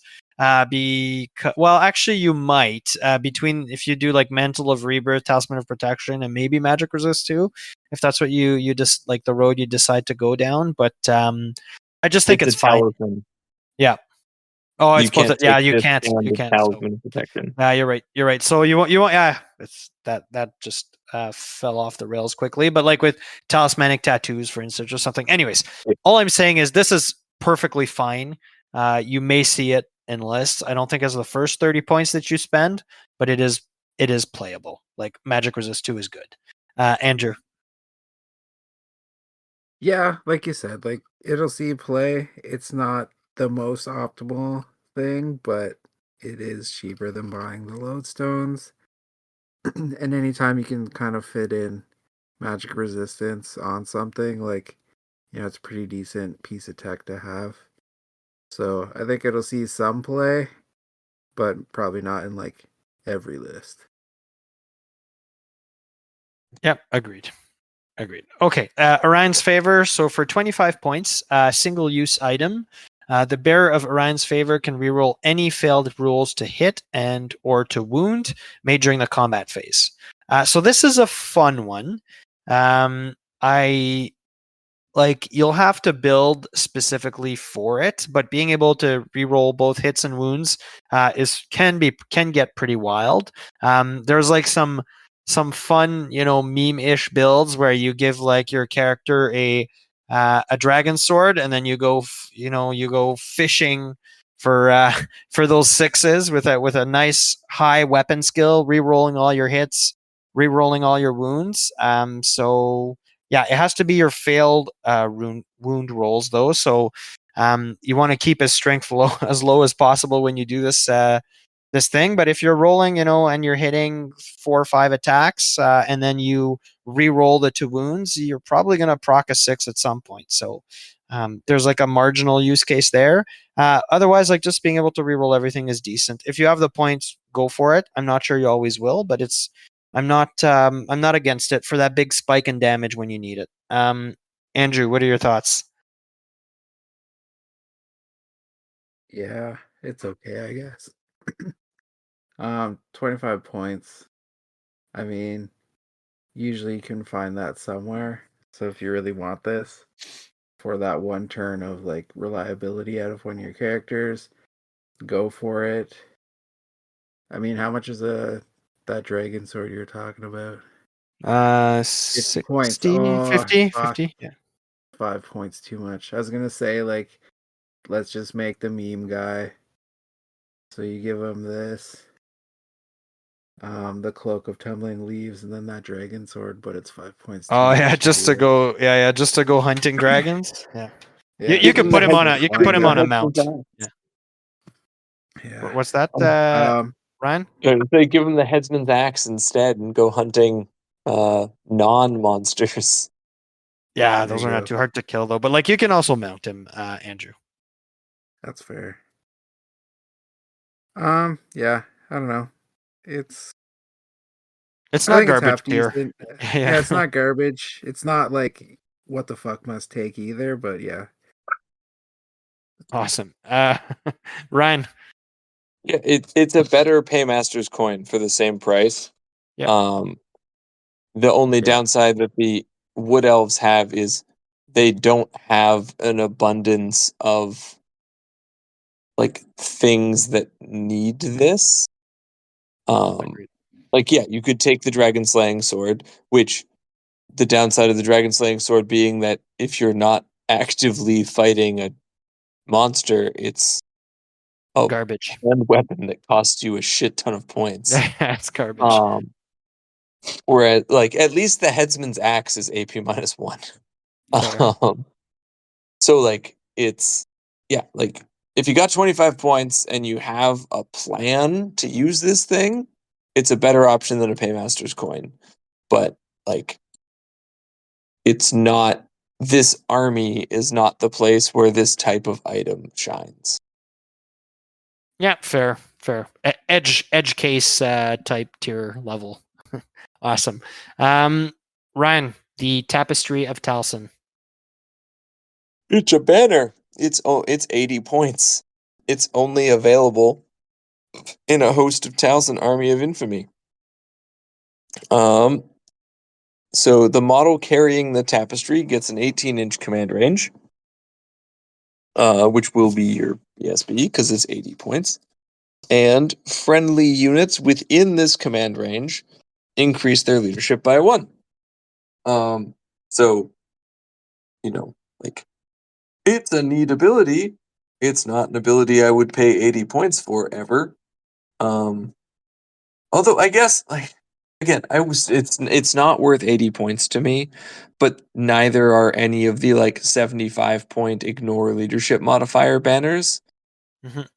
But the only nice thing I will say is like a big bubble of +1 leadership is a bit of a antidote to, any kind of like terror bomb or like Yeah. leadership debuff type situation.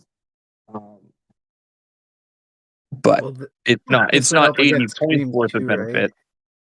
What? Would this help against screams too, right? Yep. A little bit. Yeah. A little bit, If but only what's it sort of wasn't 80. yeah. So this falls short for me definitely on the 80 points. I'd consider it like 30 or something. 80 is way too expensive. The other thing is, a lot of your I think all of your lord level characters in this army are certainly your glade lords are leadership 10. Anyways, you're not getting like a massive boost out of this. I guess your BSB innately becomes leadership 10 then if your lord wanders away to do something else like beat something to death, fine. Also leadership 9 is generally good enough also. So I'm not I'm really not sold on it. I think it's garbage because of the points cost. Andrew? Yeah, like it would be good if it wasn't 80 points. Like even it can still be expensive, like make it fucking 50 points. Like that's still an expensive banner. Yeah. But at least then it would be in that realm of like maybe I'll consider taking it. But like right now, it's too much for what it does. Agreed. Okay. Andrew, the Banner of the Wild Hunt. Yeah, this one is 25 points. It can only be taken in a model of Orion's Wild Hunt Army of Infamy, obviously. When calculating its combat result, a unit carrying a banner of the Wild Hunt may claim an additional +1 combat result point. In addition, the unit may reroll pursuit rules. This is actually pretty decent, I think. So it's like the same points as the war banner, but then you get Yep. this little extra Yep. juiciness to make sure that if you win that combat, you're going to be able to catch anything that runs away. And it's cheap enough that most of the innate magic banners you can take just on your regular like unit standard guy. Usually that 25 points fits within that. his allotment, so you won't have to take a dedicated BSB to run this. So yeah, I think this one will see play for sure. I mean, the War Banner is almost an auto take in a lot of armies, so like having a better one for the same price, like no brainer. Unfortunately, it is locked to the Orion's Wild Hunt list, but if any of the three Wood Elf lists are probably going to want something like a Wild Banner or this, or sorry, War Banner or this, like definitely that's the one that's going to want it. So makes sense. I think it'll see play. Yep, agreed. Ryan. Yeah, it's like I would take this and then a War Banner. Like Yeah. it yeah, ability plus is just better. Ugh. Fully agreed. Yeah, I agree on this. I think this is a real banger. I like it. I think you're going to see this. If anybody takes Orion's Wild Hunt, this banner will come up.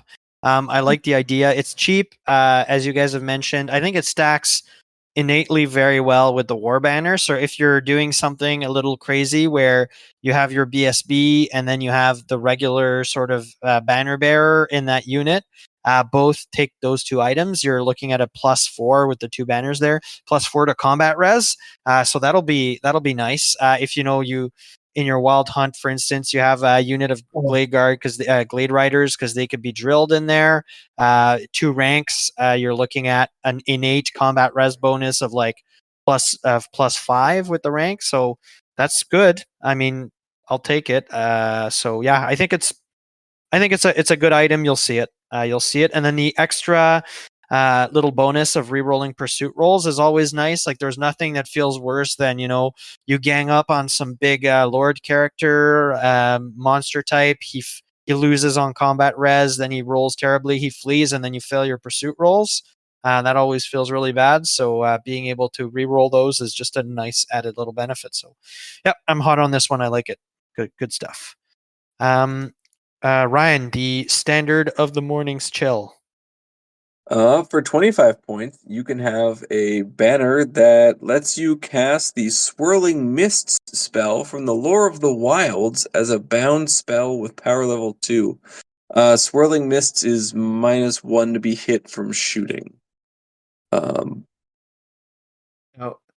they have No, to it's reroll any 6s. rolls Yeah. to hit of 6. Oh, reroll I'm looking at it 6s? right now. Yeah, That's on an so 8. it's reroll 6s to hit Yep. from In the shooting. phase. Mhm. Yeah. Okay. It's if I had nothing else to do and really wanted a magic banner for some reason, I guess I would take it. Like I can't think of what I would take this on over like any other 25 point banner. Yeah. Yeah. Yeah, it's not great. I think this one's is a pass for me. The points cost is fine. The only issue is like a lot of armies have banners that give them a -1 to be hit from shooting in general, and those are like around 30 points. Chaos has one. The name escapes me right now. Chaos Dwarves have one called the Ashram Banner, which is 30 points -1 to be hit. So yeah, rerolling 6s only is less ideal, and it comes behind a bound spell level 2. So if you happen to be within anything that level 4 dispel range, you're never going to get this off. So you've wasted 25 points essentially at that point. So yeah, I think being less good than the blanket -1 to hit and being locked after that behind a power level 2 spell means this is just it's not very good. Pass on that one. Andrew, any thoughts on this? No, you guys have covered it. Like compared to the one we just talked about, like it's kind of a piece of poop. Yeah. Okay. Next one is the Banner of Springtide. So the Banner of Springtide gives the unit quick shot. I like this. Fine for 20 points. You could put it on your unit banner bearer. I'll have to double check to see which units exactly can sort of benefit from this. But Like if you have a foot archers, for instance, and they're going to be charged, something goes within the range where they can't normally quick shoot, and they have this, like it's a nice little insurance policy for 20 points. I don't hate it. Let me look at the Azurite longbow doesn't have quick shot, obviously, because it's a longbow. So on any of those units, I think it's a decent pick for 20 points. I don't hate it at all.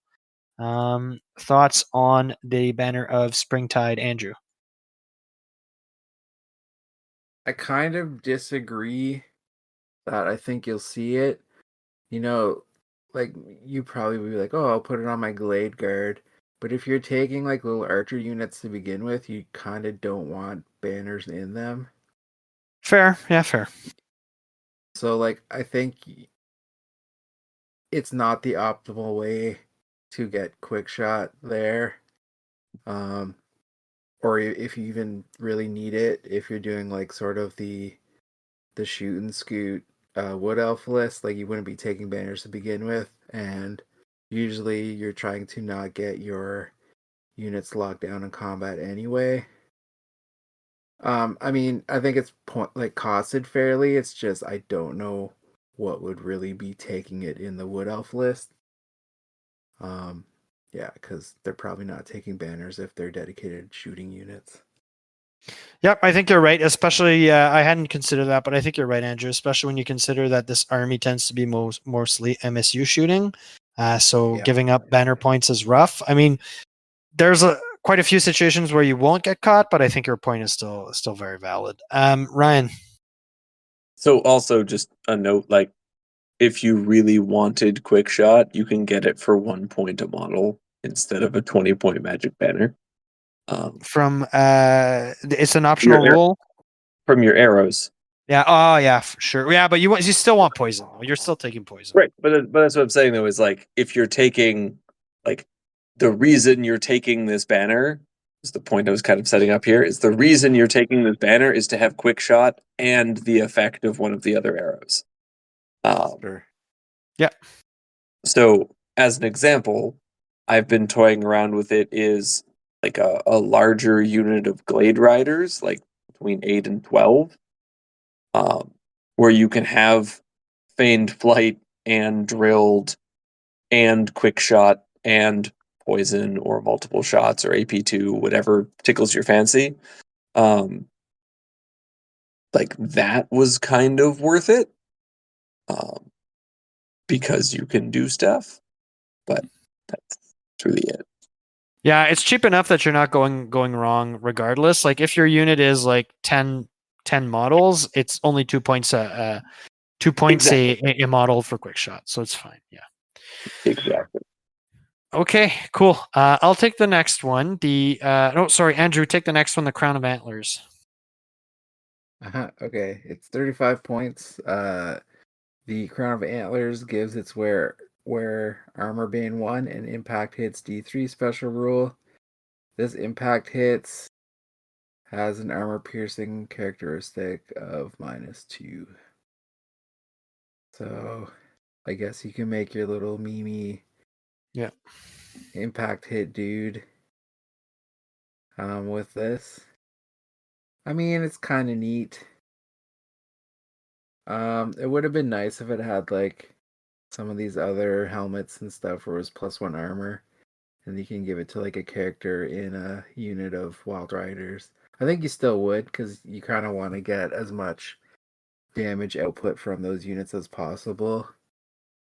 And let me just check something right quick. It's 2. Okay. I was just checking the sergeant on the Wild Riders, but he can only take up to 25 points. So unfortunately, he can't take it, but you can put it on sort of like a little fighty character and throw him in with the Wild Riders and give him that little bit of damage output. I don't think it's the worst option. I think you just kind of have to build around it to make it work. But it fits very well into that Orion's Hunt list, I think. What do you guys think? Yeah, I mean, I don't disagree with you. I think this is like a corner case useful if you build towards it. It's a fun little item. Like impact hits D3, great. Armor bane 1, AP2, that's all good.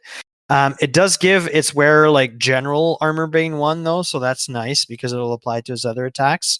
Yeah. I think the biggest thing that I dislike about this is that you want to pair it with the aspect of the boar, because the aspect of the boar gives you an extra impact hit, so you're going to be D3+1, so basically like a chariot level impact hit at that point at AP2, which is cool.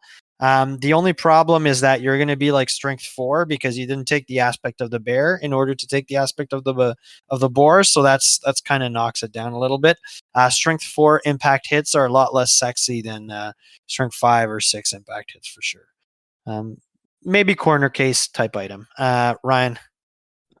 Yeah, I mean, like for 35 points, like if you go this route, you're almost like building around doing this. But like you put aspect of the boar dude with this on a great stag, like at that point you're not building a character to fight characters, you're building a character to smash into a line unit and just like kill the front rank by himself. Yeah, rack up some combat risk. Strength 4 AP -2 impact hits into like T3, 5-up save infantry is gonna do stuff. It'll kill 3. They're fuck 2, some 3, shit yeah. up. And I mean, you'll but kill 2 models. yeah, but even realistically, like even if you don't go the boar route, like the one extra impact hit, you could be aspect of the bear with this and just be strength 5. Like one impact hit from aspect of the boar is not like make or break this, especially if you're on the great stag anyway. Yeah. But and even like I toyed around a little bit with a Glade Lord on a stag with this, the Wild Rider Kindred, and the Helm of the Hunt. So he was just getting like 7 attacks on the charge, plus whatever the stag gets, plus Crown of Antlers impact hits, plus the stag's impact hits. And again, he was just there to go like break units by himself, not necessarily to fight characters. That's it. Yeah, I mean, like there's a place in this game for cheap little mounted utility characters that you use to do ancillary damage and get rid of chaff and like light units on the other side. So I'm not against it. I think there's some room for this guy to show up. Okay, so we've done I agree with you guys. Okay, so Crown of Antlers. I'll do the next. Andrew, why don't you do the next one? The Moonstone of Hidden Ways. Okay, it's 30 points. It's a single use. The wearer of the Moonstone of Hidden Ways may cast the Force Walker spell from the lore of Athaloran as a bound spell with a power level of 3.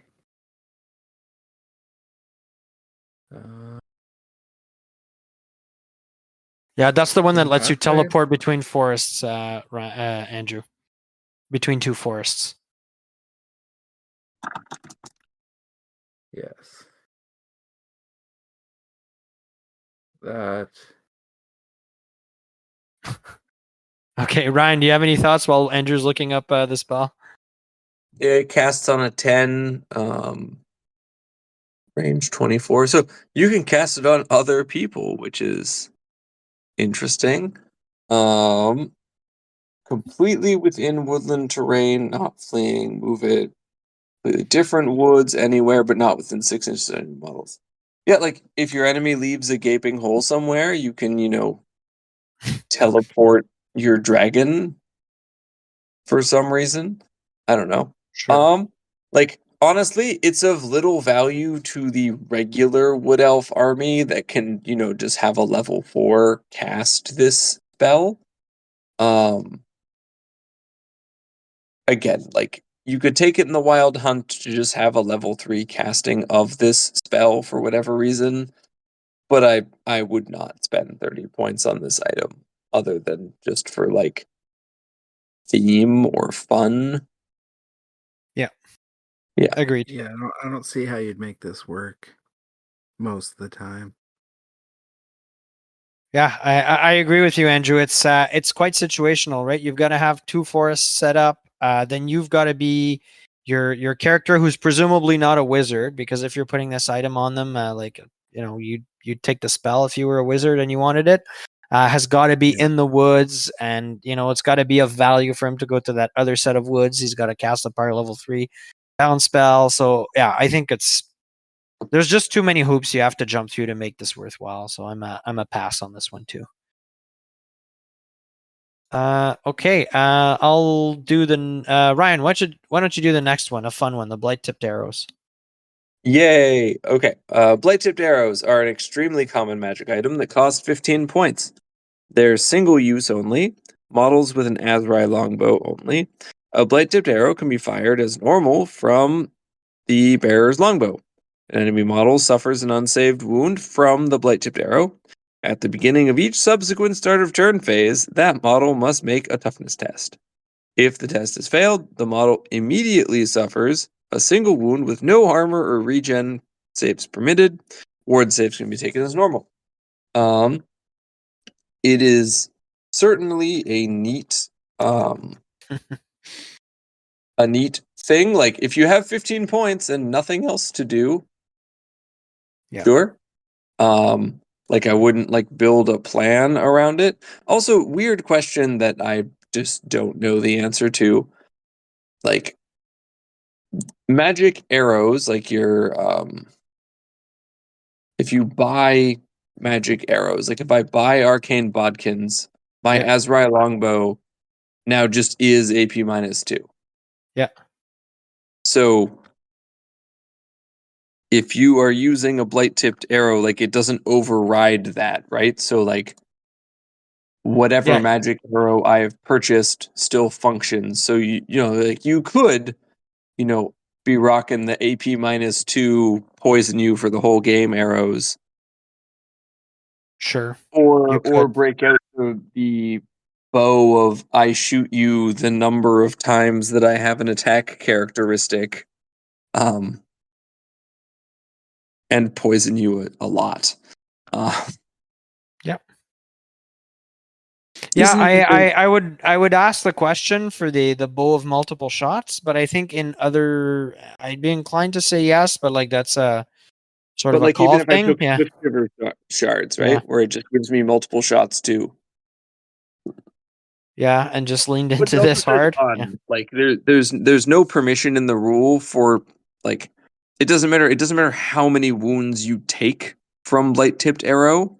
Yeah. You You're just as not soon as you've rolling more taken than once. one, Yeah. Yeah. yeah, exactly.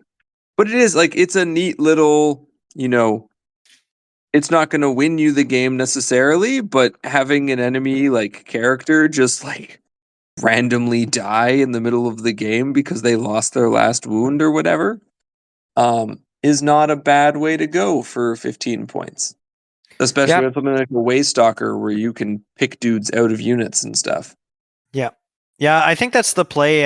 If you're gonna lean into this, it's like a Waystalker, and then you shoot their level 4 or their level 2 caster, which I was gonna generally are say, pretty low toughness, no armor, and then because you get to shoot them before the game too, also.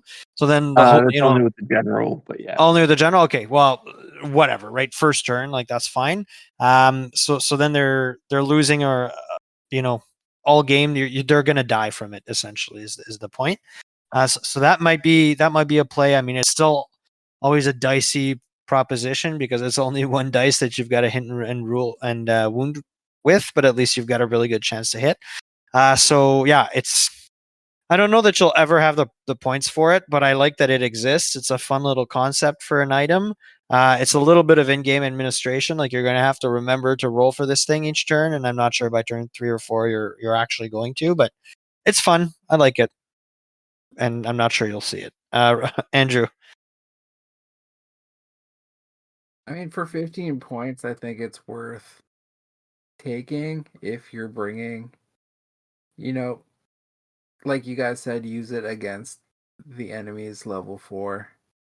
Take that Waystalker with this, maybe a couple of them, 30 points, whatever, and just Yeah. hit them. Because even if you don't get it through, like they're gonna be sweating the whole time, with the possibility of this going off on their level 4, and it might influence how they're gonna position that model on the board or how aggressive Agreed. they're gonna be with it. So Yep. I think it's worth, even just the threat of this on the table, I think is good. And for 15 points, like that's, chump change in the grand scheme of an army. So I think it's worth taking. Yep. Agreed. Especially if Agreed. like Ryan, stack it up with like all the other fucking shooting buffs you can get through bodkins and through magic items and stuff. Like I think you can make like a pretty scary little assassin dude with, using this as well. Yeah, I agree. I think actually, who this will punish is like army, like Tomb Kings, for instance, when they put their silly hierophant on foot in a unit, thinking he's safe, and then you either do the multiple shots thing or what have you, and then you just snipe him early in the game, and then just watch him die, and the whole army start to crumble after. So that's like a funny a funny edge use case in that specific matchup. But yeah, it's fine. I'm happy it exists. And there may be use cases for it sniping out characters. Mages especially. Okay, cool. 3 more to go, so I'll take the next one. The Orb of Midsummer. So the Orb of Midsummer is 35 points. Once per turn, the bearer of the Orb of Midsummer may reroll a casting roll. There's no mention of miscasts here, so I assume it also can work with miscasts. But I like it.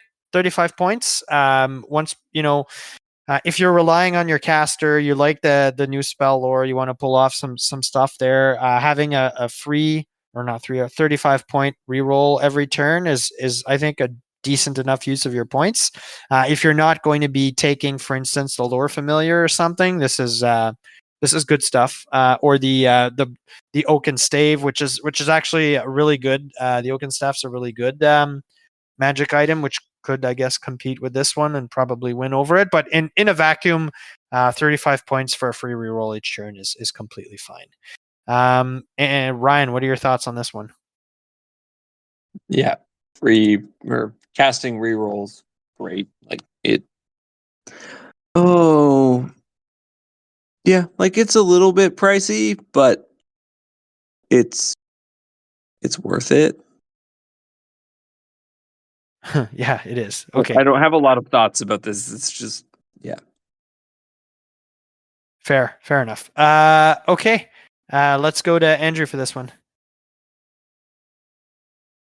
You want me to talk about this item or the next one? Yeah, the Orb of Midsummer.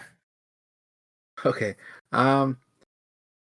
Yeah, like I like it because there's always that, once per game where you're like, okay, I super need this spell to fucking go off or we're done here. So it's nice having that in your back pocket. But I do feel that it's kind of overshadowed by some of the other arcane options you can take on your wizard. So like you said, the Oaken Stave or the Lore Familiar. Like I don't think it's better than either of those two items, which you're probably going to want to take first. So like this would be kind of like third choice magic item, and at that point you probably don't have wizards who are going to take it to begin with. But like you said, in a vacuum, I think it's good. It's just it's probably not going to have a place just because there's better things you can take, even though this is still a pretty decent item. Yeah, fair. Agreed. Okay, but you will take the next one too, Andrew. The Heartwood Pendant. Okay, this is a 15-point item. In addition to the Lords of Magic they may normally know spells from, the bearer of the Heartwood Pendant may know spells from the Lore of Wilds. What the fuck does that mean? Yeah, So it just yeah, go ahead. So do you just split it? So be like, okay, I'm taking whatever lore. I'll take 2 No, spells out no, of no. that. So basically, the Lore of the Wilds is locked to Talsyn normally. So if you're in Grand Oh, this is the Army or thing lets you're you okay. yeah. yeah. Yeah, It's like the Hag's gotcha. Brew. So this is what unlocks it for everyone else. Yeah. Gotcha. Okay, then you're probably gonna see this quite a bit. And it's a common, so you can stack it with other stuff as well. Yep. Which is pretty sweet. I think you'll see this a lot actually, because the Lord of the Wilds is like a pretty awesome spell lore, especially for Wood Elf. So probably gonna see this almost as like an auto take in a lot of Wood Elf armies. Yep, I don't disagree, Ryan. Yeah, it's great. 15 points, you get access to good magic lore. Like, use it. Yeah, it's good. You want the lore, you take this cheap enough that you can take other items. It doesn't lock you out of other arcane items. You could still have like the Yoken staff or whatever. It's good. I like it. Not much to say. Not much to say on this one. Ryan, the Sigil of the Mage Queen. Yes. It's the exact same thing as the wafer thing the Bretonians have.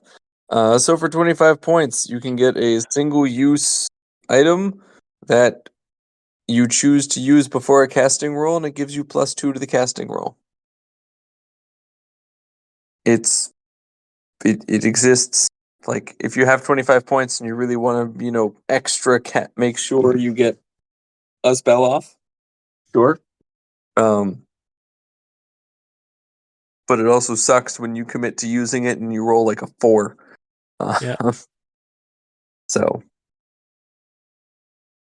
Yep, fully agree with you on this one. Like the +2 is good, but in a world where there's an item at 35 points that is once per turn you can re-roll a casting roll, I don't really see a space for it. I guess if you really don't want to be dispelled, maybe, but like you're not going to see this. It's single use too, so Honestly, if it's anything like the Bretts, its use is on like level 2 casters if you're taking them, not on boosting like a level 3 or 4. Sure, I just think if you're going to take a level 2 caster, you probably have some plan for it specifically that requires like other magic items, power scrolls, namely, and or what have you, and then you probably don't have the space anymore for this thing. 100%. Yeah. Okay, Andrew, what are your thoughts on this one? Yeah, like there's way better options to take. It might have seen play if it was like a common item, but maybe that would have been too cheap for something like this. But yeah, like when you have access to the Oaken Stave, you're probably going to be taking that over this. Yep, and also in a world where the power scroll exists, which is like what 20 points, and you get a third dice. I don't know on math how much better it is, but like it probably better. Probably better than this. Yeah.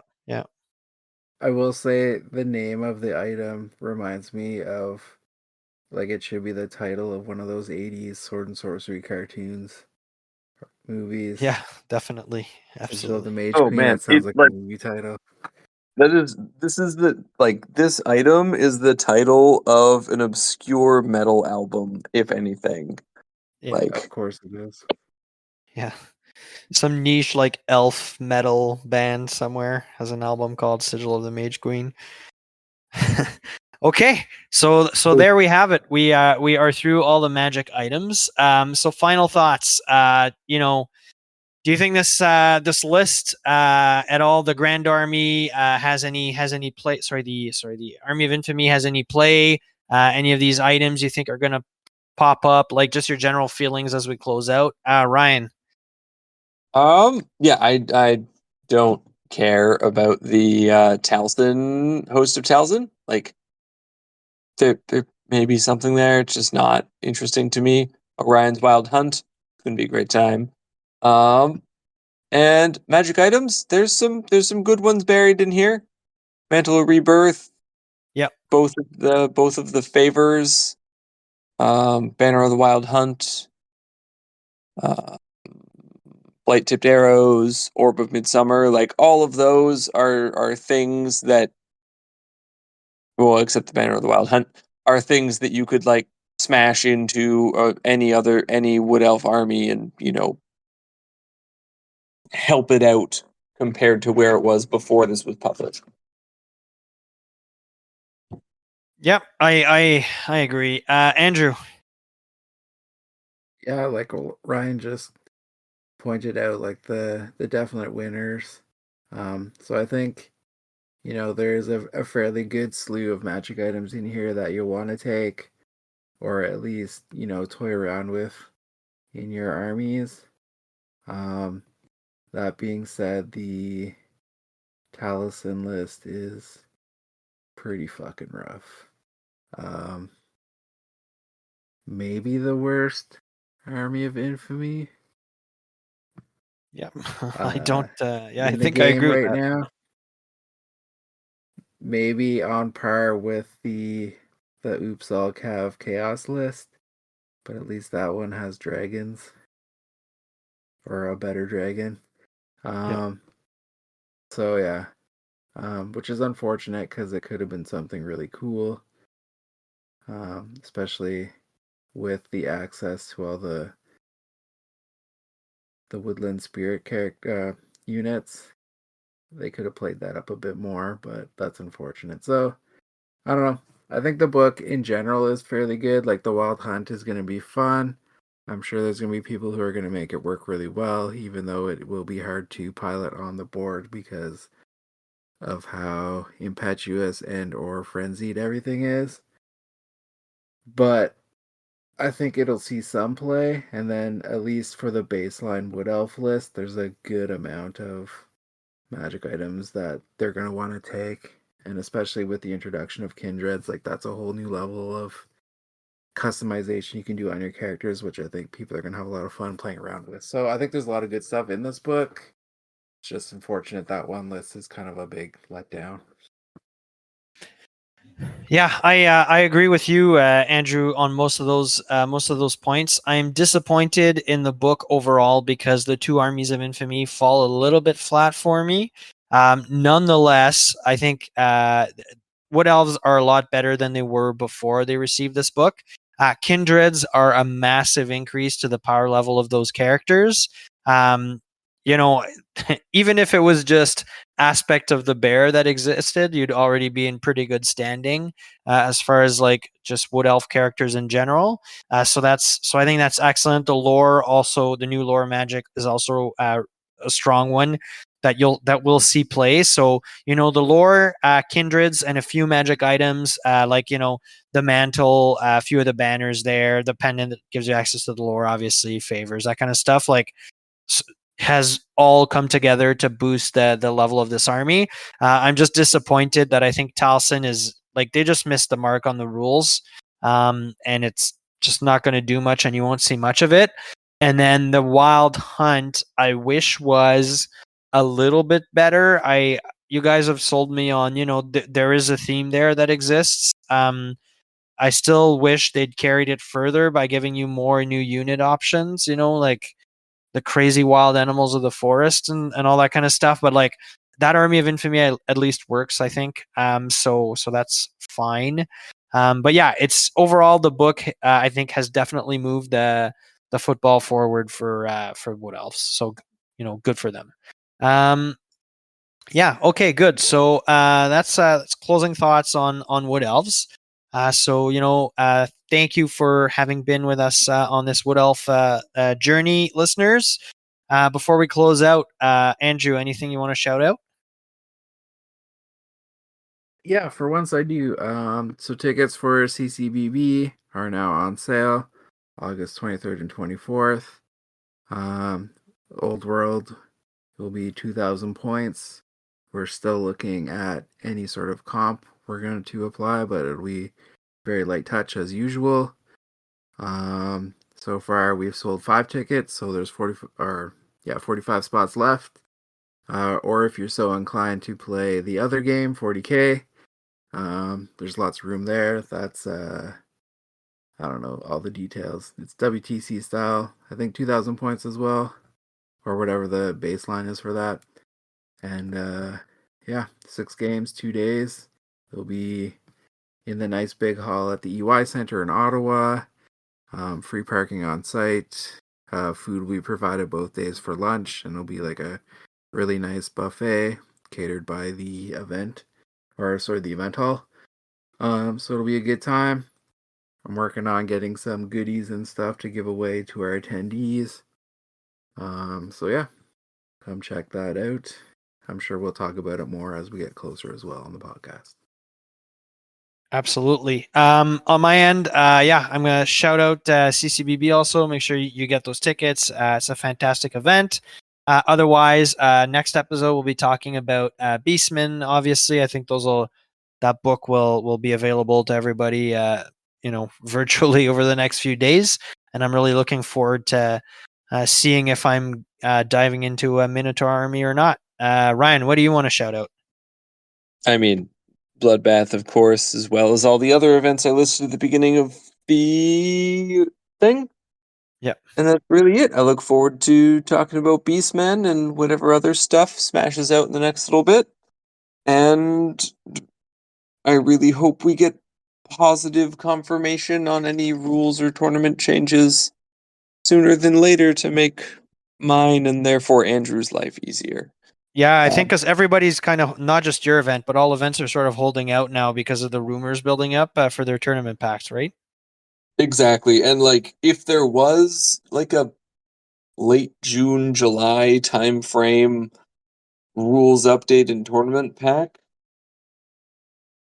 without double checking the schedule, I think Capital City Bloodbath Andrew's tournament would be the first significantly sized North American event to be using those rules or changes or whatever. So let's hope they're announced early for sure. Okay, good. So thank you for having been with us, and we'll catch you all next time.